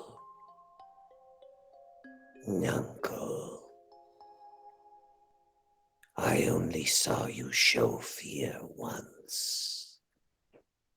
Once at your end. But now, you are beyond fear. You know only the torment delivered you by the God King. Unceasing, unending. I would put you to rest. You and all of the others. I'm going to need, as she launches towards you, I'm going to need a move from you. Are you going to attempt a divine move or a crucible move? Because at this point, things are getting to the point where it's like, I think it's got to be time for a crucible move. I think this Okay. has got to be the kill the god move. As far as I'm concerned, you have resisted her power. Mhm. Faye can't really hurt you with where your mind is at. Their best attacks are just bouncing off. So, are you going to choose to kill a god or spare a god? I think it's kill a god territory, and furthermore, he's going to use this shade of Nuncle. As he said, like, you never knew fear and you're beyond death now. So it's actually the shade, like, he places the sword in the hands of the shade of Nuncle. And this, I'm tempting to exploit her downfall in that he is dead and was the bravest goblin he knew when he was alive. So I am attempting to exploit her downfall and slay a god. I'm here for it. Nuncle's form turns towards her to deliver the killing blow. Describe for me how, well, now that you were exploiting Fair downfall, describe how Nuncle slays Fair and roll 2d6. Okay, so the blade of a god in his ghostly hands. Nuncle is suddenly restored to, in visual appearance, his prime, as the epitome of what he remembers of Nuncle, and turns, plunging the blade directly between these glowing green eyes with such force that it erupts. His hand actually erupts from the back through the antlers and through the plant growth. And this blade can cut through anything, and of course was once the property of, I want to get the name right, Oranba the Symmetrical. So straight through and then down, so like literally symmetrically bisecting this form. Okay. Now, because this is, I'm gonna let you kind of, I think you're supposed to be able to stack moves, but we're gonna do it in this case because I think this is cool. This is the coolest thing. Okay, all right. The sword of Oranba can usually only cut things that are mortal, and right now you are using it to cut something that is divine. So you are manifesting a miracle in this moment in order to do this. So that means that as Nuncle, that means that you will not be able to use this power again. Is that something you're willing to do? Yes, I think so. Okay, then as Nuncle stabs the skull, which is now the form of the sword, the hilt of the sword seems to form into the form of that skull, and the skull lets out a letting out the echoing laugh of the old man, the form of Oranba that you had encountered, as this sword pierces through Fairhead. And I'm going to need you to roll 2d6 to see just how this goes. 5! Damn! Okay. 5! This will have some consequences. Yes, it will. In fact, I believe that 5 may actually be a failure. Let me just check very quickly. 5. You're going off Kill a God, or? Yes, going off Kill a God. It would be under Crucible moves, actually, because Crucible moves, I'm checking on my sheet very quickly. There's the Crucible moves. The Crucible moves! Okay, cool. 6 or below is a miss. So here's what's going to happen. You are manifesting a miracle. So I'm going to say that it partly... Here's what's going to happen. You pierce through. This sword, Nuncle's arm pierces out the back. And as this happens, her form starts to move, like collapse around Nuncle's body, and he disappears inside Fair's robes and vines, and the sword continues to extend further and further, piercing a tree. The sword seems to be stabbing almost of its own accord at this point. The laughter, though you would imagine it would have been muffled by Fair robes surrounding Nuncle's body, continues to echo, and you hear all in balance as this sword pierces through the woods, splitting trees, like splitting the ground itself asunder.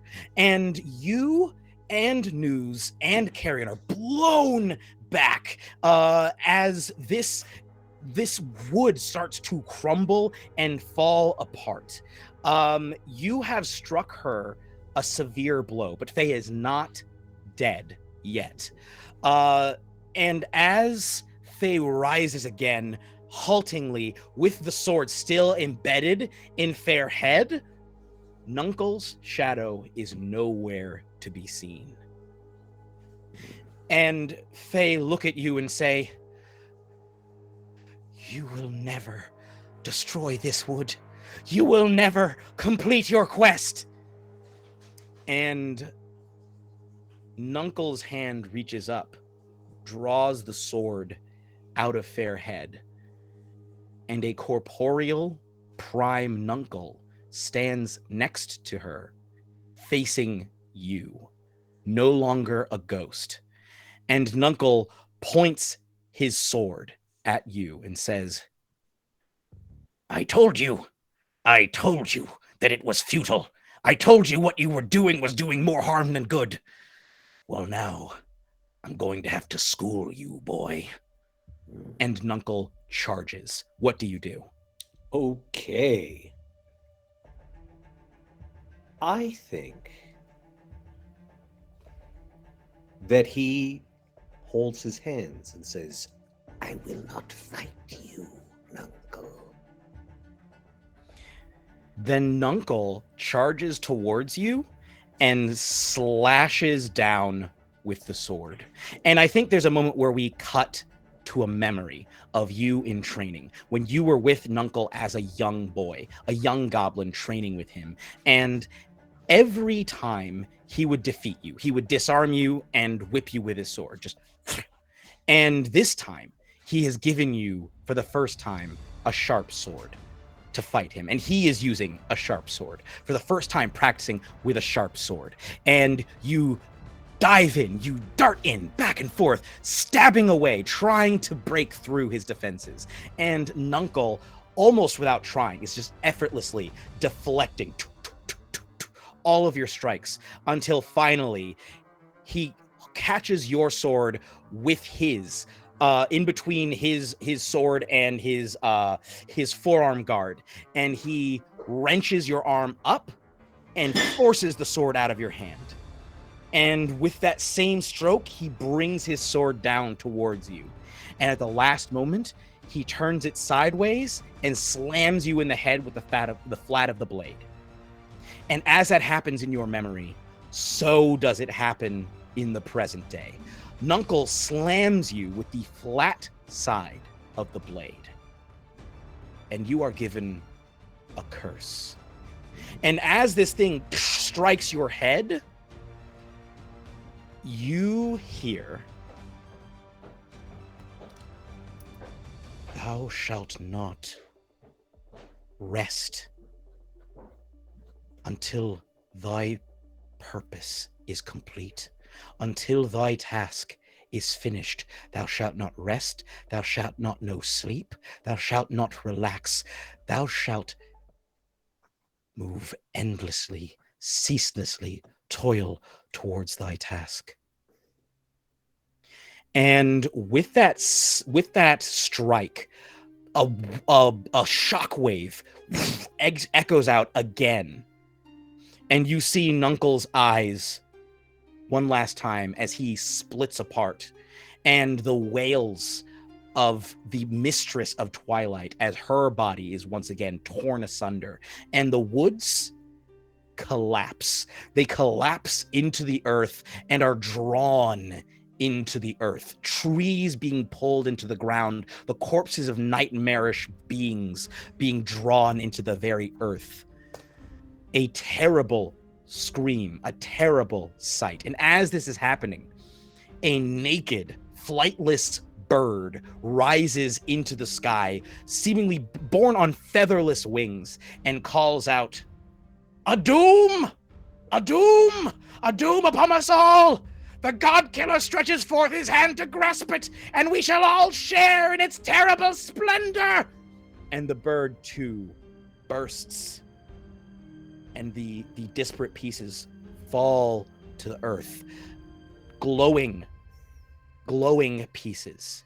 As they land on the earth surrounding you, they too are drawn into the earth, and the gloamwood is destroyed. And in that moment, you realize the gloamwood was her heart. And is there a skull for the taking?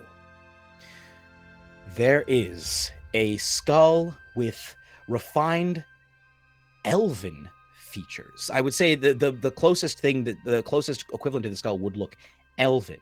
It appears that Fae was some sort of elven deity that is lying on the ground, still with the goat horns on the side. I will add it and the skull of Oranbo the Symmetrical to the others. Like the skull of Karnos the Blood Antler, the sockets of Oranbos are now dark as well. But I have 5 of the 6. Where is News and Carrion? News and Carrion are lying on the ground, seemingly very badly hurt. They are breathing, but they are not moving. Running towards you, you can see the figure of Vessel. And as Vessel runs, again, you see Vorid the Chitinous once again as she peeks out and looks and begins to chitter as she approaches. What do you do? The gloamwood is yours, Vorid the Chitinous. Yes, it is. You have done well, Godkiller. But my friends, they are injured. Can you offer aid? Just a moment. She closes her eyes with sort of a filmy, as much as she can. She doesn't really have eyelids. They're more like filmy, sort of secondary eyelid type things that slide over. They're translucent. And as they slide down over her eyes, you hear her say, "Thank you for your help, Vessel. I will always remember you."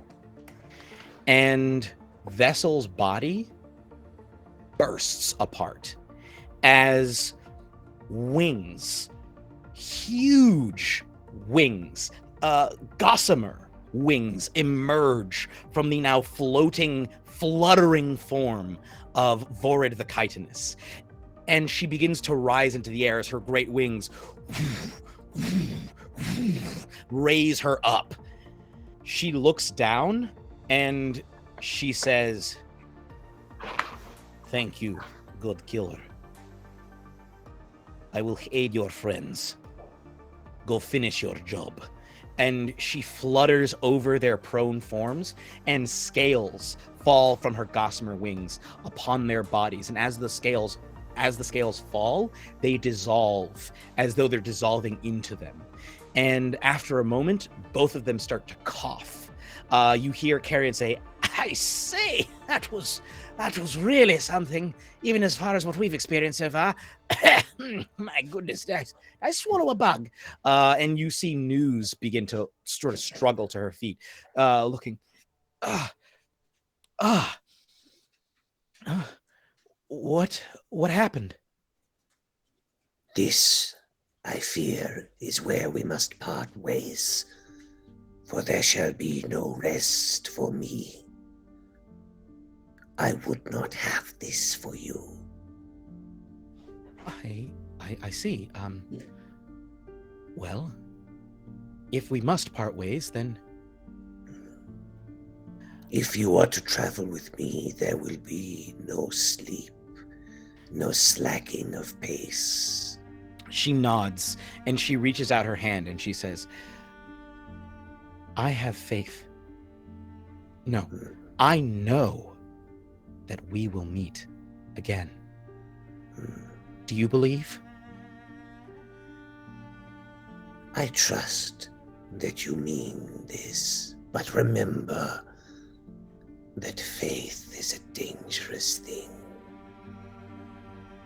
She smiles and says, "I think you're right.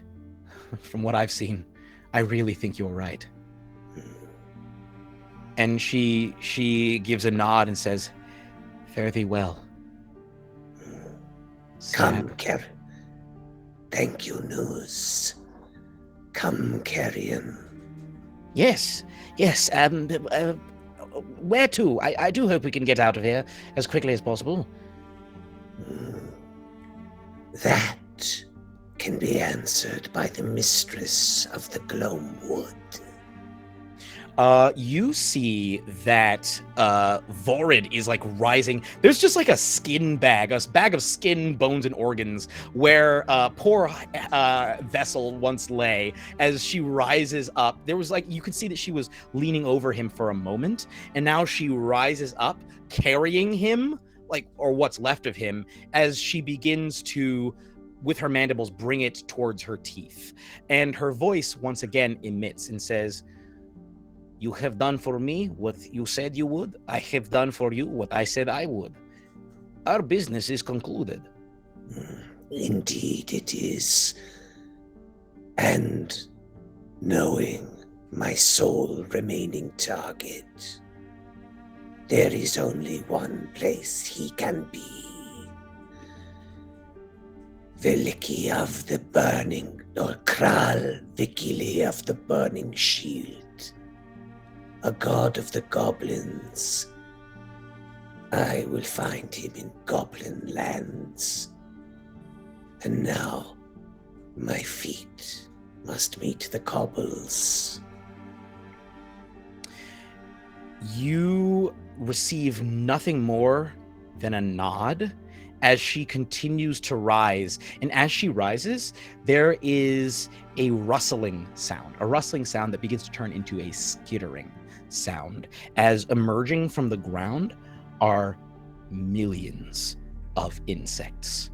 a vast brood coming out to construct perhaps some other dwelling to replace where the Gloamwood once stood. Now, your road, as you know, rests elsewhere. What would you like to do to try and find the location? Because you know that it has to be in Parch. It has to be in the Goblin lands. How are you going to find this place? Vorid was your only real source of direct information. Yeah. And now you know you can't sleep. You can't, based on the rules of the curse, it sounds like you can't even really sit. Nope, he's going to be walking from now on. Yes, which means that the longer you go, the more strain you are likely to take. You've already got 2 strain. It's a matter of how long it takes for you to find this place. And if you don't find it in time, you could collapse and be forced to break the curse, to violate the curse. I believe I have an idea how he might travel more quickly. Turning to Carrion, he says, I must rejoin my eye, for we must travel quickly. As he reaches down to Carrion and pulls his jaws and beak apart. Oh dear, here we go. And somehow he manages to, again, it's magic, he fits inside of Carrion. He crawls all the way in, rejoining his eye in Carrion's belly. And Carrion takes wing towards the Goblin lands. Oh my goodness.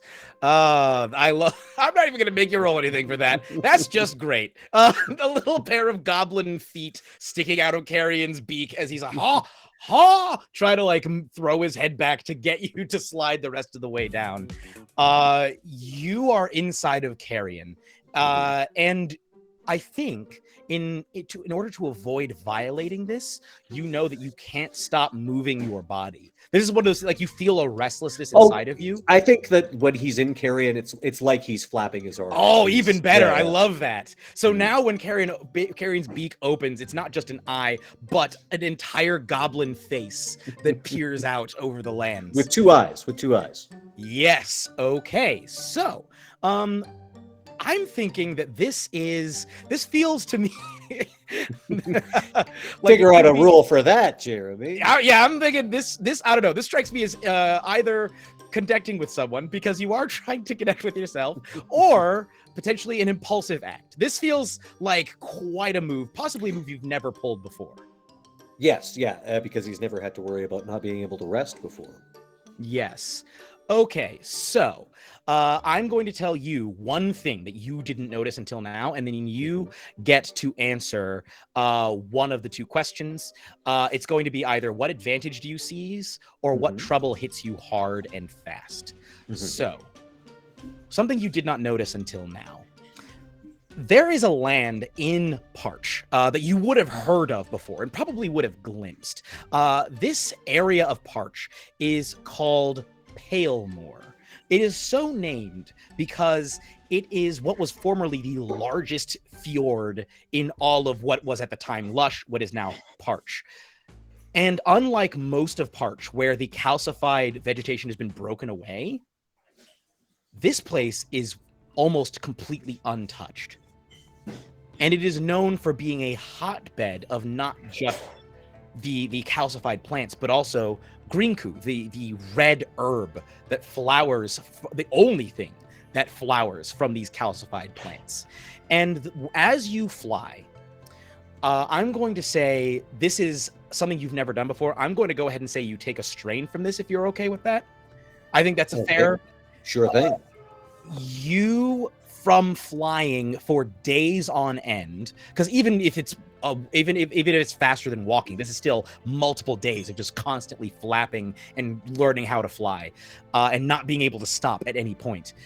You see that in this inside of Palemore, leading up, there's something strange about that fjord. the way that the gorge curves in on itself, because it's of course now a gorge, not really much of a fjord, there's something strange about it. Something you never noticed because you never really walked into Palemore before. But now that you're flying above it, you know that if there is a place in all of the goblin lands that is the most holy, that is the most important, it would have to be Palemore. The reason for this is because Grinku, what we mentioned before, it doesn't just let you access your own memories, it lets you access the memories of other goblins who have passed before you. It is essentially a way of accessing the cultural communal memory. And it is considered a thing that all goblins must engage with regularly. It is a sign of worship, in fact, toward Kral Vekili, the blazing shield. You see that he must be here, and if there was a place that he would dwell, it of course must be in the largest gorge, the nook of the largest gorge in all the land. Now, And that is where we will go. Excellent. And he's been directing Carrion this entire time and probably giving him like a little running commentary of, he's been around for a long time, so it's there's probably a few things along the lines of, that used to be orange groves as far as the eye could see. And, Excellent. And I think even though this happened, those were orange groves long before you were alive. You have seen into the Not memories. orange groves, but you know what I mean. Yeah, but the thing is, you've seen into the memories and experienced the memories of past goblins who were alive 700 years ago, when in fact that was an orange grove or whatever it was, lush. So this is something that belongs to you, even though it is not a memory that you yourself experienced in the moment. What advantage do you seize, or what trouble hits you hard and fast? What advantage do I seize? Well, in terms of essentially, he would be worn down to a nub if he'd tried to walk this entire distance. So certainly he's managed to conserve some of his strength. Instead of 2 strain, he only takes the 1. Yes, yeah. Well, I might have been 3 strain walking here. That's true, yeah. Without sleep. Absolutely. That works perfectly for me. So, Carrion flies toward the crag, and as you see this crag, the insides of this gorge, you can see that here the land itself seems to have taken on that white, calcified appearance. And you can see the opening of a large cave into it's as though the gorge has a cave that opens deeper, that you could enter. As Carrion lands, do you climb out of him or do you just ride him on in there? No, I think he disgorges him. Okay. Leaving the eye behind, so he only of has course. one eye now. Carrion says, never again, please. Never, ever again. That was horrible. It was horrible. I cannot promise if the need is great. Oh my goodness. Right, let's just get on with it. Very well. As you enter this place, what emotions are Staab feeling? Well, Kral Vekili is a goblin god and is in fact the god that was worshipped by Staab's people before his subjugation by the God King. Yes. And of all the gods that he has found himself arrayed against, this one is the most personal, I would say. This is the one where the sense of betrayal is the strongest. Where the desire to exact a toll for what this god has done. The others, it was less immediate. They were lieutenants of the God King, but they were largely unknown to him before he embarked on this path. This was the god of his people, who bent the knee to the God King and delivered all of the goblins into his service. As you are walking through, feeling that sense of this time it's personal, there is an eerie light in this cave, an eerie red light that as you walk in on this calcified vegetation that crumbles beneath your taloned feet, you realize that light is being given off by all of the Grinku in this place. This is an incredibly holy place for any goblin. And as you walk forward, walking out of the shadows towards you, arrayed in armor, beautiful armor, shining, gorgeous, ornate, with a large green plume out of the helmet. But then as the figure approaches and the light changes slightly, suddenly the armor takes on a battered and damaged appearance, as though this person has been hammered away at again and again and again. But then the lighting changes once more. They pass a little closer, and the armor appears perfect and pristine once more. And I assume in both versions, there's lots of spikes. Oh, yes. Yeah, Yes, this is pristine spiked pauldrons. The plume is coming out of spikes on the helmet, spikes on the knuckles, spikes on the elbows, spikes on the knees, spiked codpiece, the whole 9 yards. Spiked cheeks, absolutely. I guess spiked chaps in this case. This figure walks towards you, and through the visor, which again spiked, you can see a pair of eyes, burning, flaming eyes from inside, and you hear a voice echoing from inside. You hear, "I knew you would come. I knew that one day you would reach me. I have followed your journey. I have felt it. And now you are here. Welcome, Staab. Well met." Hail to thee, Kralvikili. In my youth, I sang songs to your honor.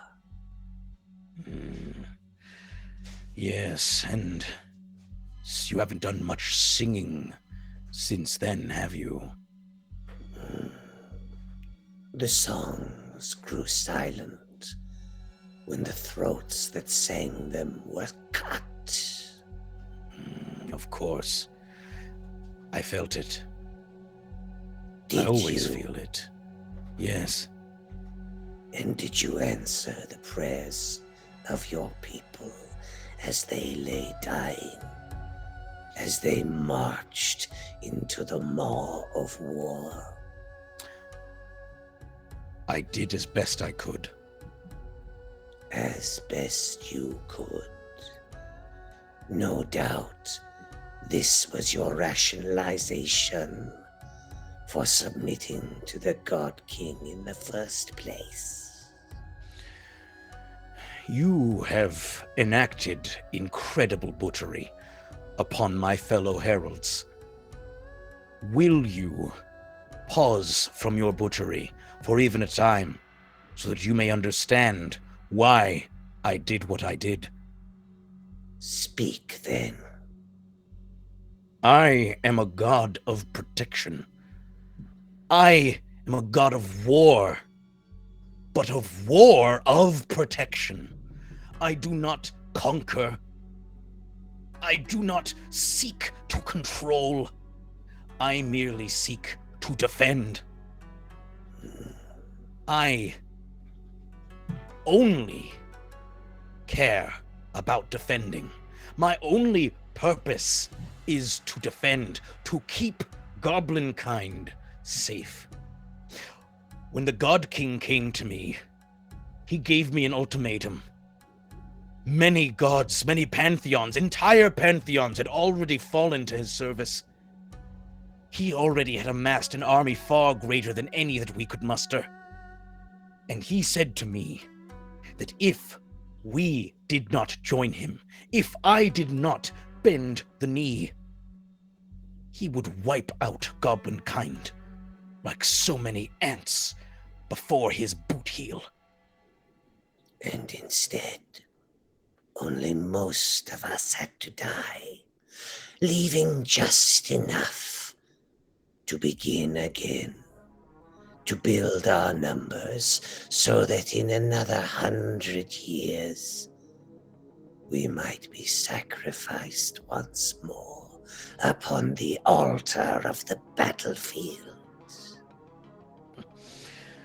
Yes, you are correct. The day of slaughter 100 years ago.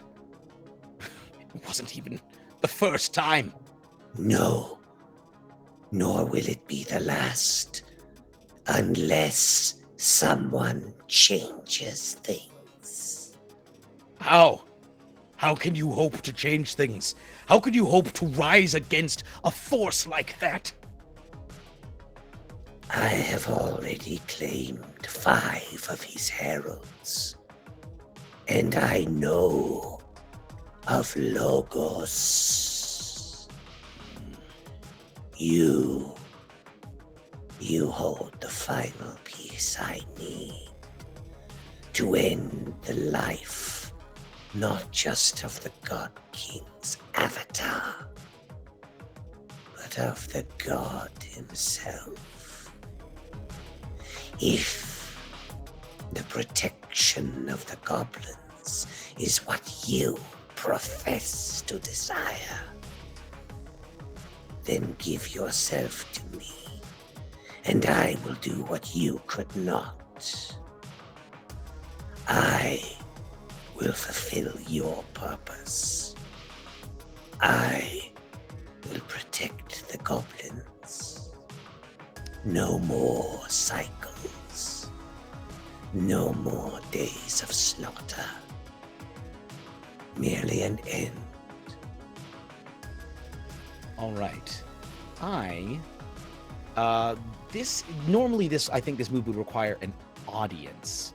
But in this case, you have Carrion with you. And I also have a bunch of ghosts. Exactly. You bring your own audience. And so I'm going to need you to challenge someone dangerous. In this particular case, so you are going to roll 2d6. Technically, it's going to be +3 because rather than fight you, it does appear as though Kral Vakili, which, by the way, for anyone at home, spelled Kralvekili, 2 separate words. Kral Vakili, the blazing shield. Kral does care, seemingly, about speaking to you, and I think speaking to him, he seems to want to justify himself to you, and so I'm going to say he cares about your opinion. He definitely, I think, thinks he's stronger than you. And because you literally brought the crowd here, they are in fact on your side. And so this is going to be a +3. Please roll me 2d6s. Okie doke, okie doke. Let's see how this goes. 4 and a 1, 1. 5, 8.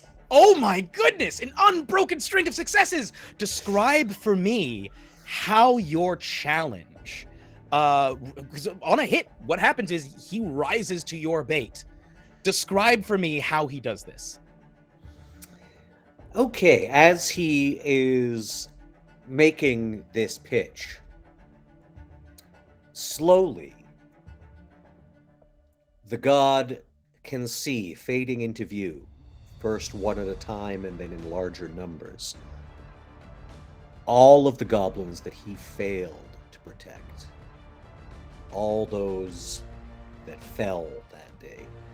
And they're not just silhouettes now. They, Beetlejuice style, they are displaying the wounds that killed them very openly. Some of them are holding their severed heads in their hands.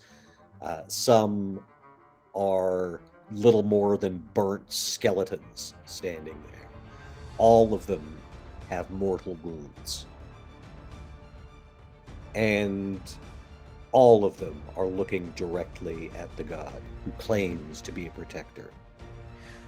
Kral Vakili raises his visor for the first time, and you see a handsome, goblin face. If you were to think, if there were a goblin Superman with the classic lantern jaw, just straightforward, the good looks, the good guy, this is the best little pointy fangs, the best goblin features that you can imagine, staring at you, and these blazing eyes of flame within his head. You see embers start to fall from those eyes as he weeps. And he says, I felt every wound. I felt every single one of you fall.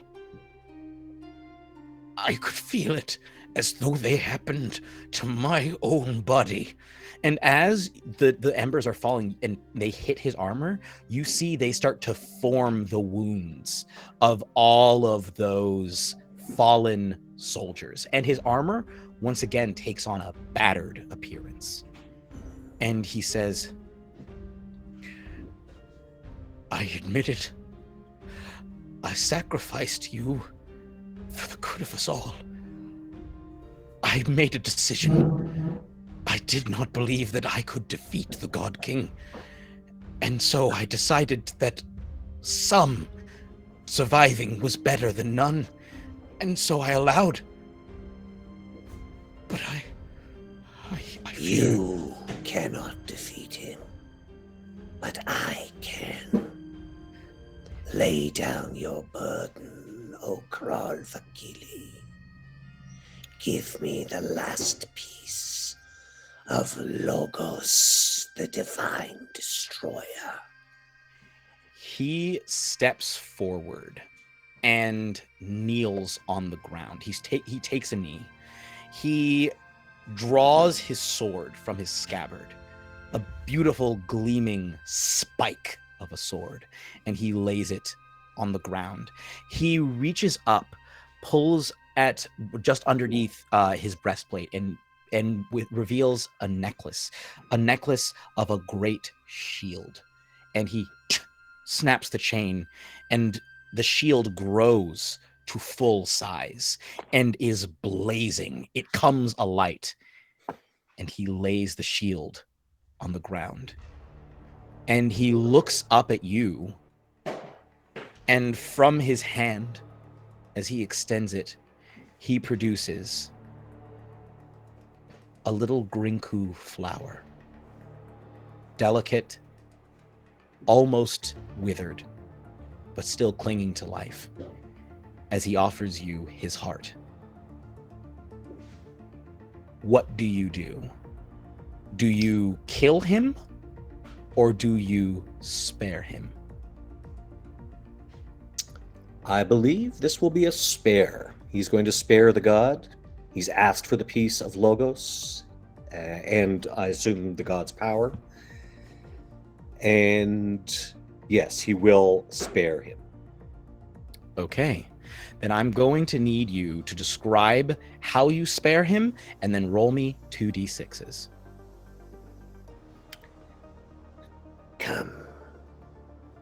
And he reaches out and touches the heart and draws from it the god's power, or an aspect of the god's power. Mm-hmm. And actually, I don't quite know how the pieces of Logos work. So essentially, he's drawing forth what he would get from taking the skull. I'll describe it once this is resolved. Sure thing. But So first things first. Yeah, roll those 2d6s. He takes what is offered. And the specters are no longer in their butchered forms. They are now standing as if they were on military parade. And let's see these D6. It's a 6 and a 5 11. and 11. That means that because we got our first overkill. You can also bind the god with a curse of your own, and he must obey. And as he looks up at you, he says, "Please, I know that I have failed in my only duty, in my only purpose. Tell me, what can I do to atone? When the God King falls, they will need protection once more. Do not fail in your duty this time. And if it is within your power, my form is ravaged. I need strength before I face the God King. I am a goblin, one of your worshippers. Restore me as you might for this final battle. You carry with you a great burden. I know because I have carried it myself. And so I will ease your burden. For many hands make light work. And he, with the you having taken his heart but not crushed it, he clasps your hands together. And as you have in fact struck at his downfall, his downfall is in fact that he is bound to protect the best interests of goblin kind.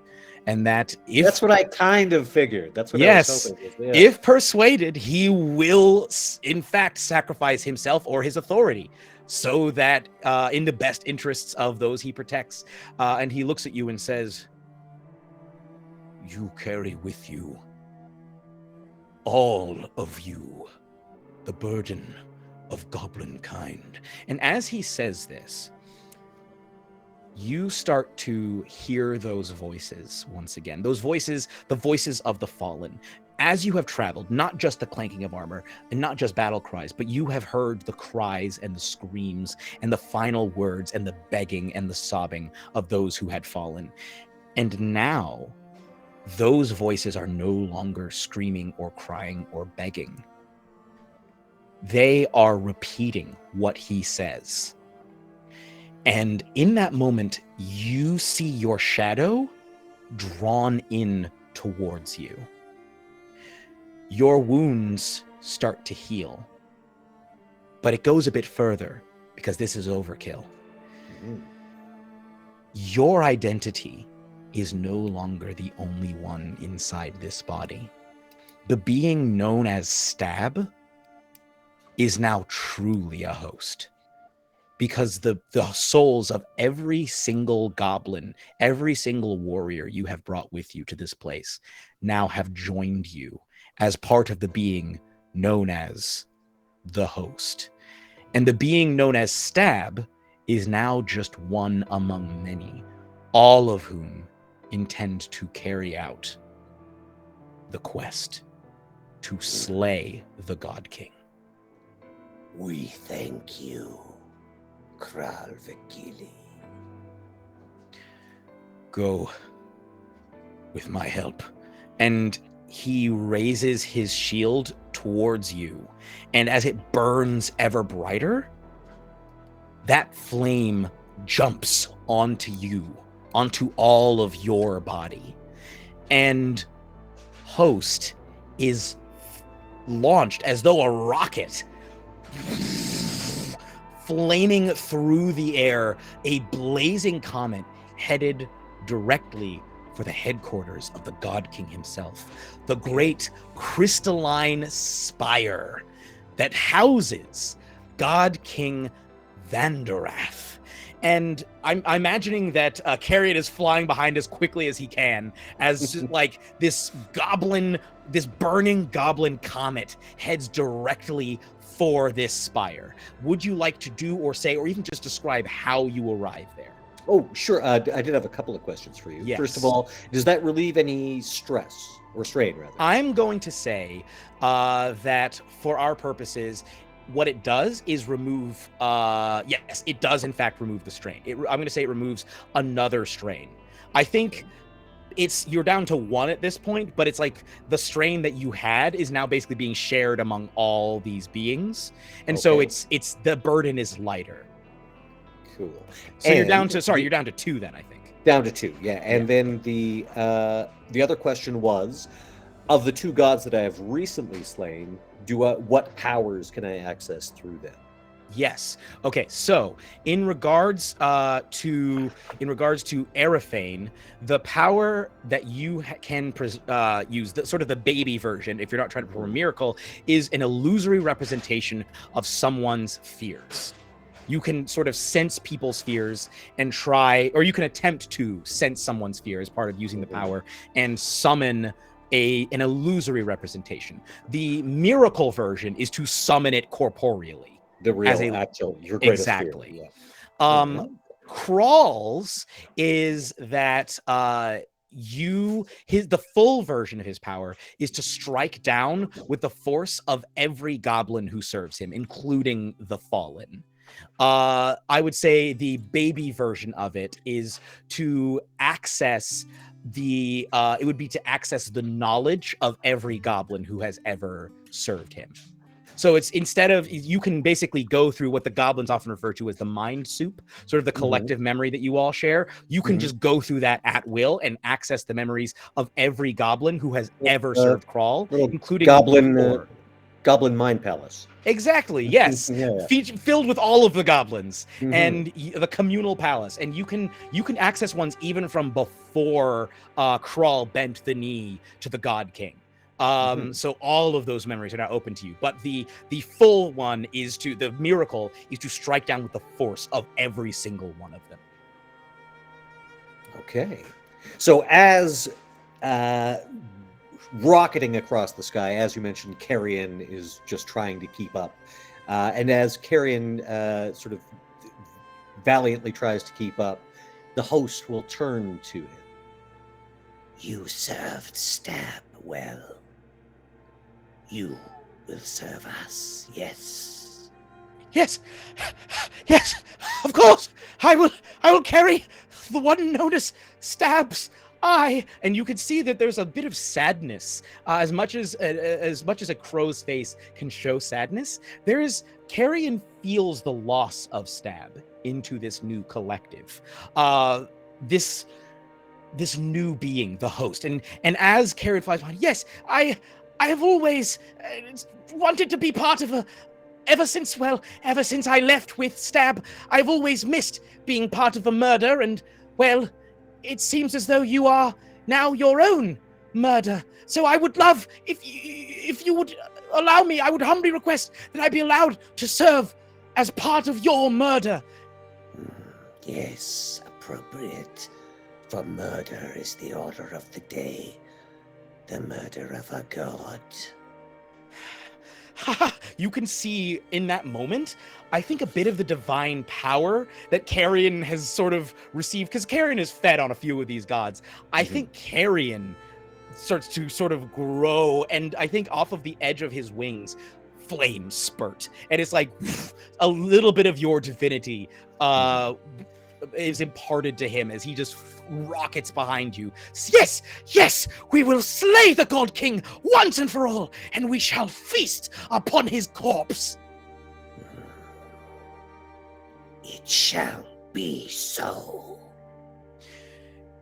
You rocket, I'm going to say, through the side of the spire, just crystal shards flying away as you just slam into the side of this structure.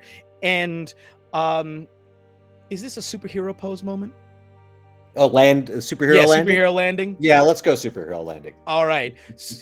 Superhero landing. As you are landing there, a flaming carrion crow comes in and lands on your shoulder.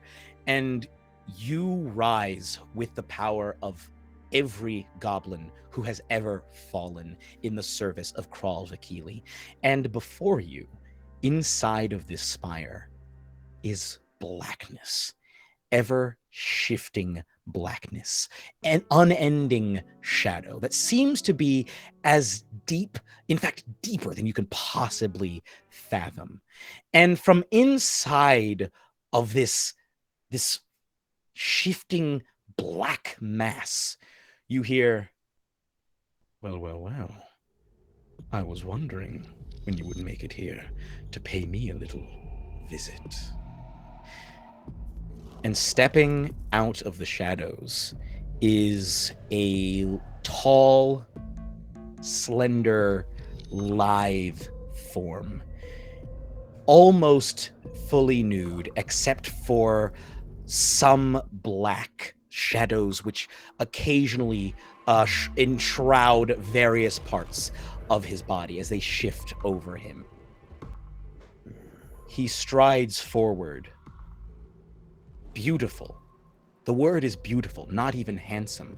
His long black hair extends back into the mass of shadows. They are as much a part of him as he is a part of them. And the God King, Vanderath, stands before you and regards you. You have done well to make it this far. Have we? Greetings, Vanderath, O God King. Greetings, host. I can't say it's a pleasure, but it certainly is an occasion. Indeed. You have called the tune, and now the piper must be paid. Well, as you can see, I'm afraid I have no pockets. Tell me, No. when you came here, planning to slay me, what are your intentions, if I fall? What do you think is going to happen? The cycle will end. Oh, you poor, sweet, sweet summer goblin. You think this is the first time a champion has come here? You think you're the first one to try and change the way that things work? You think you can stand in the way of fate, in the way of the universe? Perhaps not. But at least you will not be the one pulling the strings. You think I come here for revenge, God King, for retribution, for justice? No. I seek rest. Rest for all of those you used as pawns. All of those you, what was that turn of phrase? Spent like arrows from a quiver. You must end. Then we may rest. The God King has a rueful grin upon his face as he says, "You really don't understand. Tell me, you received the weapon, didn't you?" It is here. And as you start to crawl, as you start to call on that power and start to reveal it, I will let you describe the form it takes. But essentially what happens is each of the skulls begins to animate. The eyes, the differently colored eyes of each of these deities pops back into view. You see the green eyes of Eraphane, the pinpoints of light of Anvar the All-Wise, and so on and so forth, the feline eyes of Karnos the Blood Antler. And they all begin to speak. You hear them saying their final words to you. You hear Eraphane begging for the fate of fair children and telling you that you will fall and that you will fail. And all of these voices, as they speak, their words seem to pass out of their skulls as motes of light. And the point of light of, I would imagine, the flower that you have brought with you also rises from Crawl the Keeley, and all of these points of light meet in your hands. And I'm going to describe what you hear, and then you tell me the form that this weapon takes. All of these words, as they form Logos, the divine destroyer, you hear those voices change from just describing or just reciting their final words and their cries of anger and begging for mercy. What you hear is that they all start to recite a letter. And the voice of the God King, chief among them, recites the letter as well, in his own voice. My dearest, I wanted to write you a letter so you can read it when you awake. I pray it will make you happy.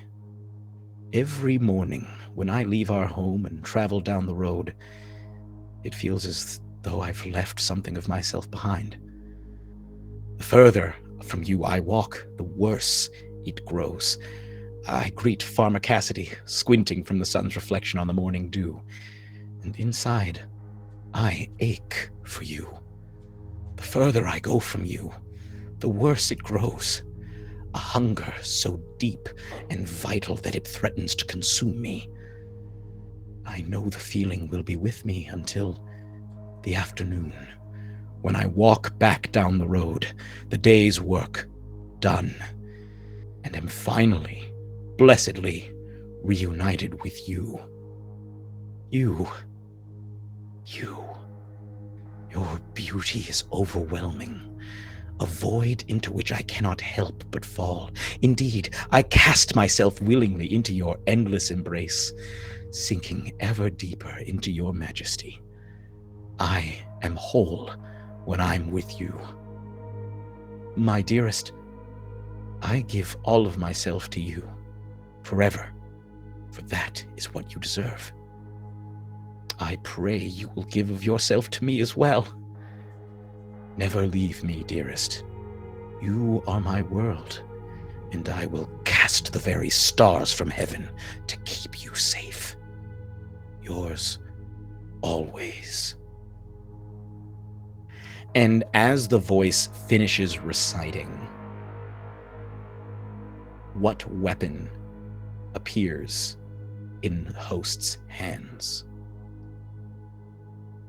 A not terribly impressive one. A simple weapon.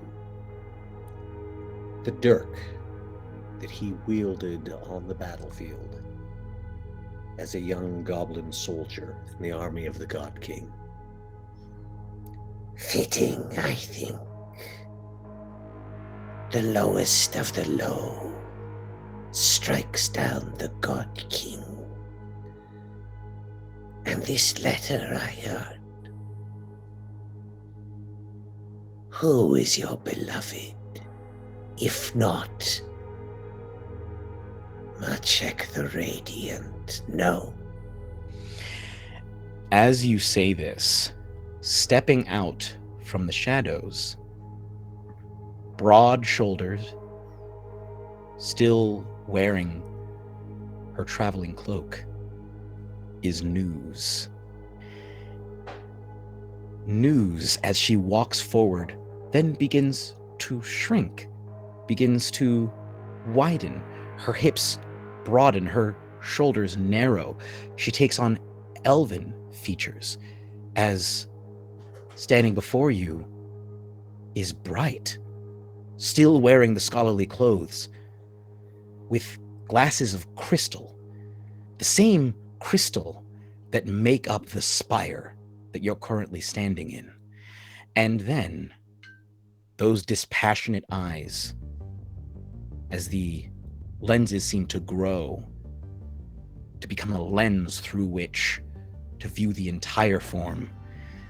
The face is not just one face, but it unfolds into 12 faces, then into dozens more, and then again and again and again, until infinite fractal faces behold you, with a light shining through each of their eyes.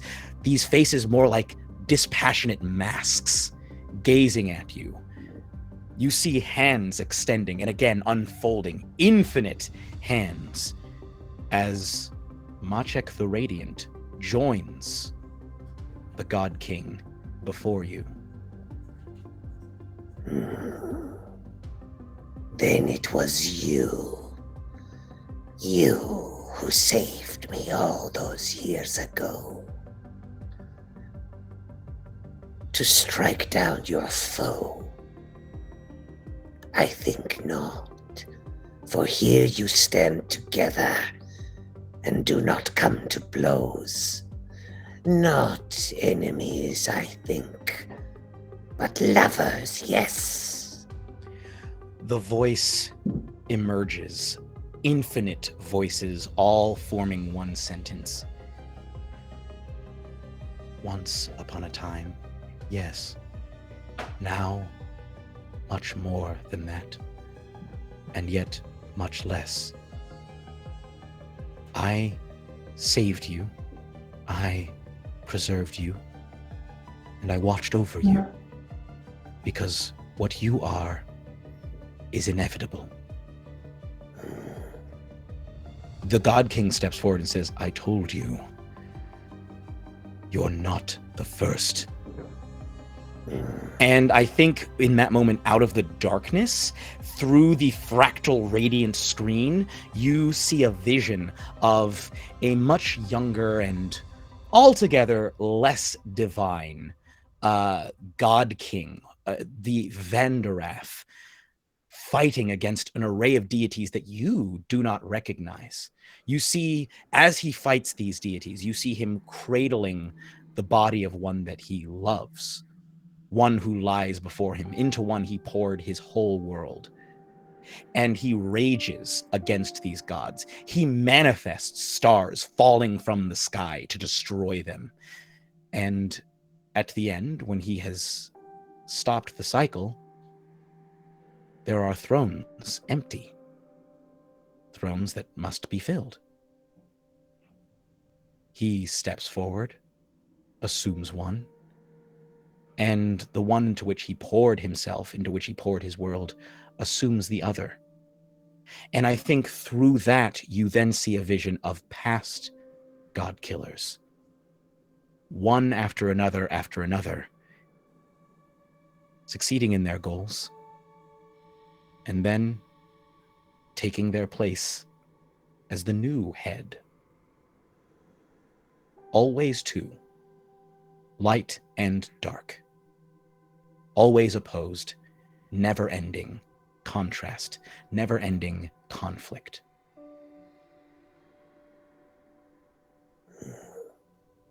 And so, this is but one more rotation of this wheel, yes?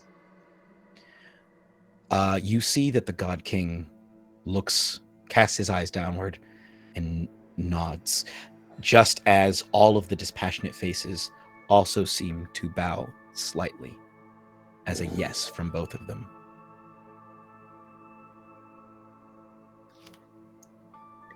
And what of those you used?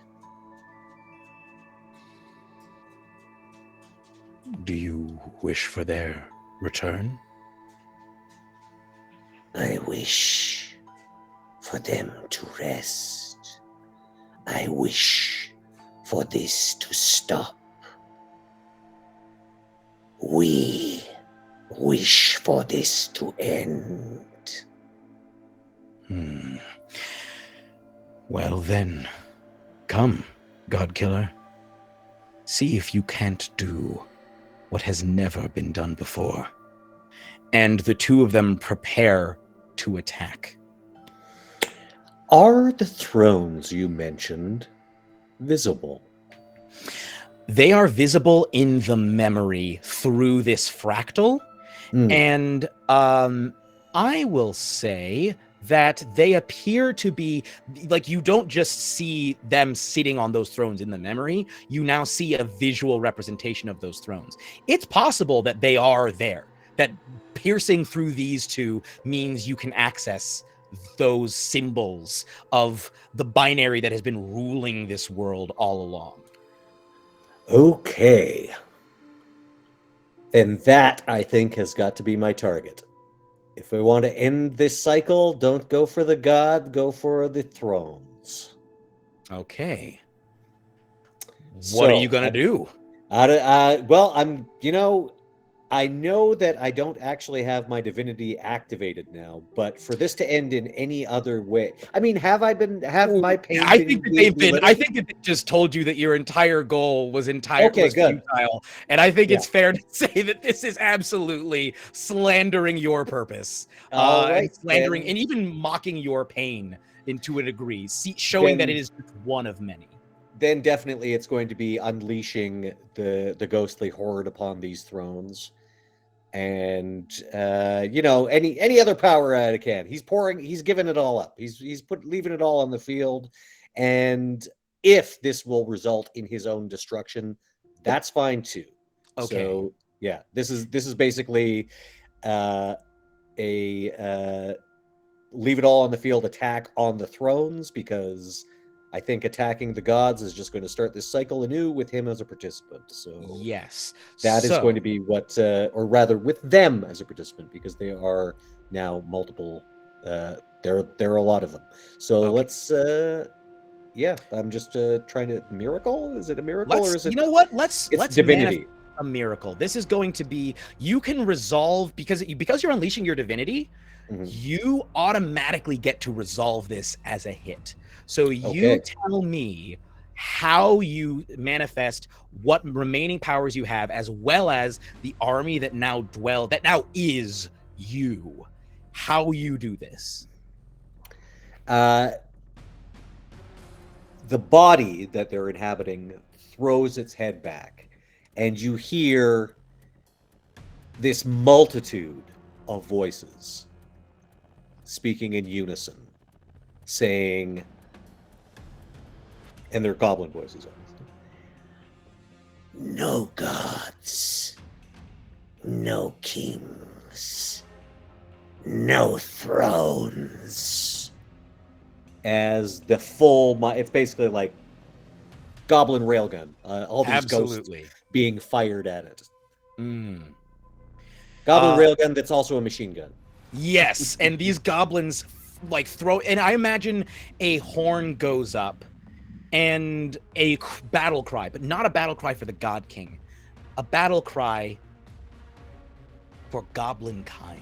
And you hear the voice for the first time since you encountered the Mistress of Twilight. You hear the voice of Nuncle crying out, "For goblin kind, for us all, for the sake of our descendants, for the sake of our loved ones and children, for all goblins!" And all of them take up that cry as they shatter through this veneer, through this crystalline form. And these goblins, with their smaller forms, basically crash through the bodies of both Machek and Vanderath. And it's like, one, Vanderath looks down, there's just a hole through part of his chest. Another, and more of them, and the infinite faces of Machek all begin to be shattered by a never-ending stream of goblin kind.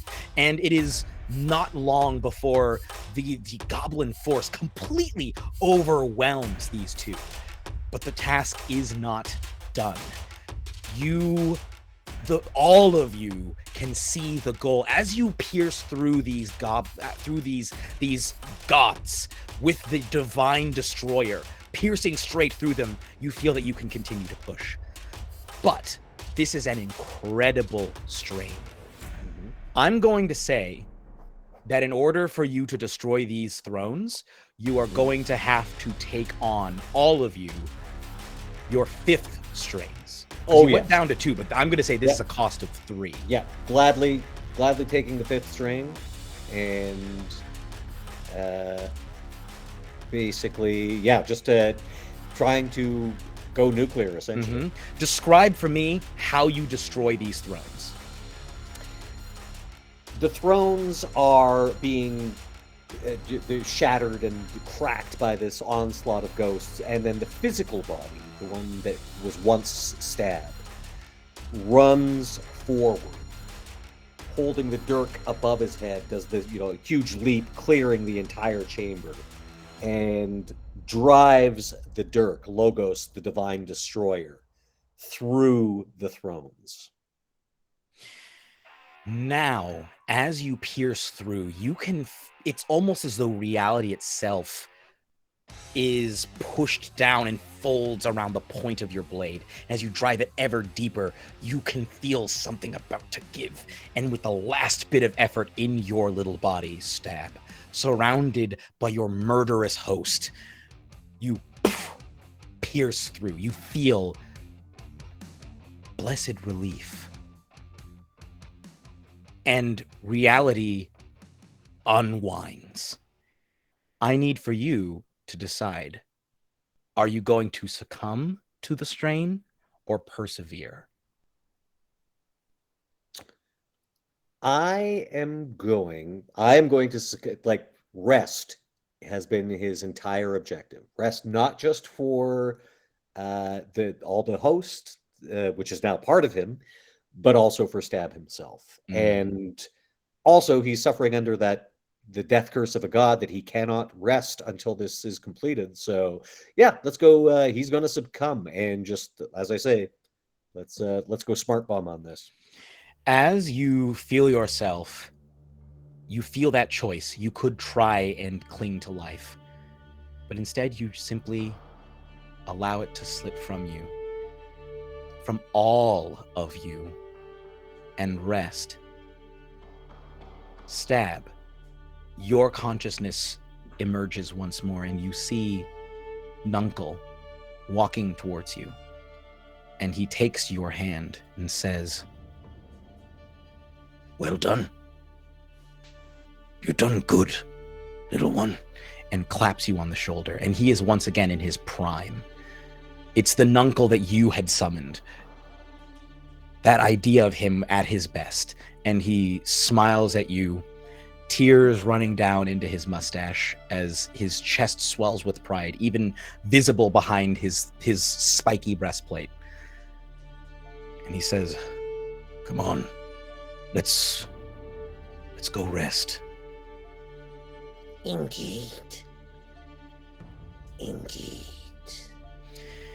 And as the pair of you walk off into the afterlife to spend your time in the realm known as the Shrouded Fens, the land of the dead, resting forevermore in the great bog, please describe for me how the cradle has been changed by what has happened today. What happens next? How has the cradle been forever changed by Staab's incredible sacrifice? Where that citadel once stood is simply a crater.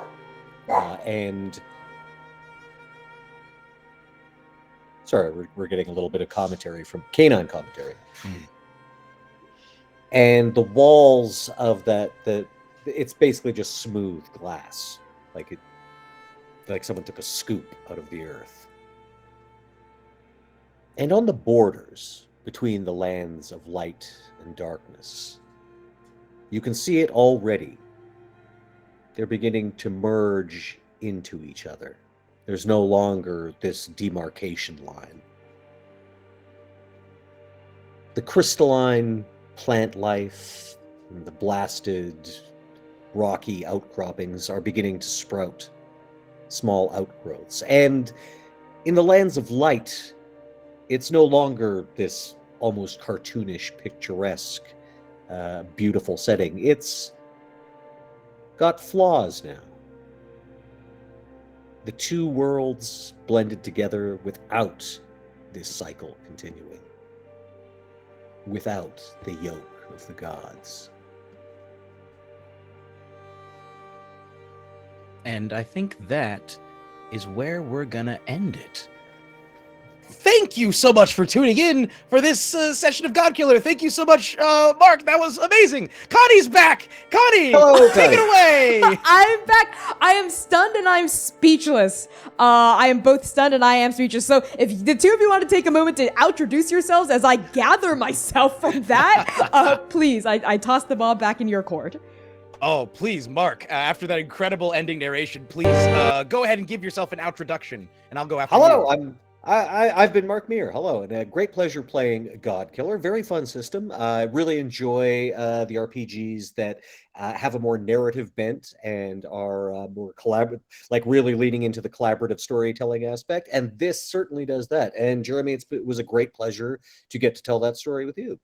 Absolutely. This was wow. I would not have predicted how this went. I thank you so much. It was such a treat. It was incredible to get to play with you. Thank you, Connie, for having us and giving us the opportunity to play your amazing game. And all of you out there, if you haven't pre-ordered this, go do that. Go do it. Go now. Well, go wait until this is over, but then go do it immediately. Because oh man, this was so much fun. Thank you, and thank you for just watching, and I hope you enjoyed it.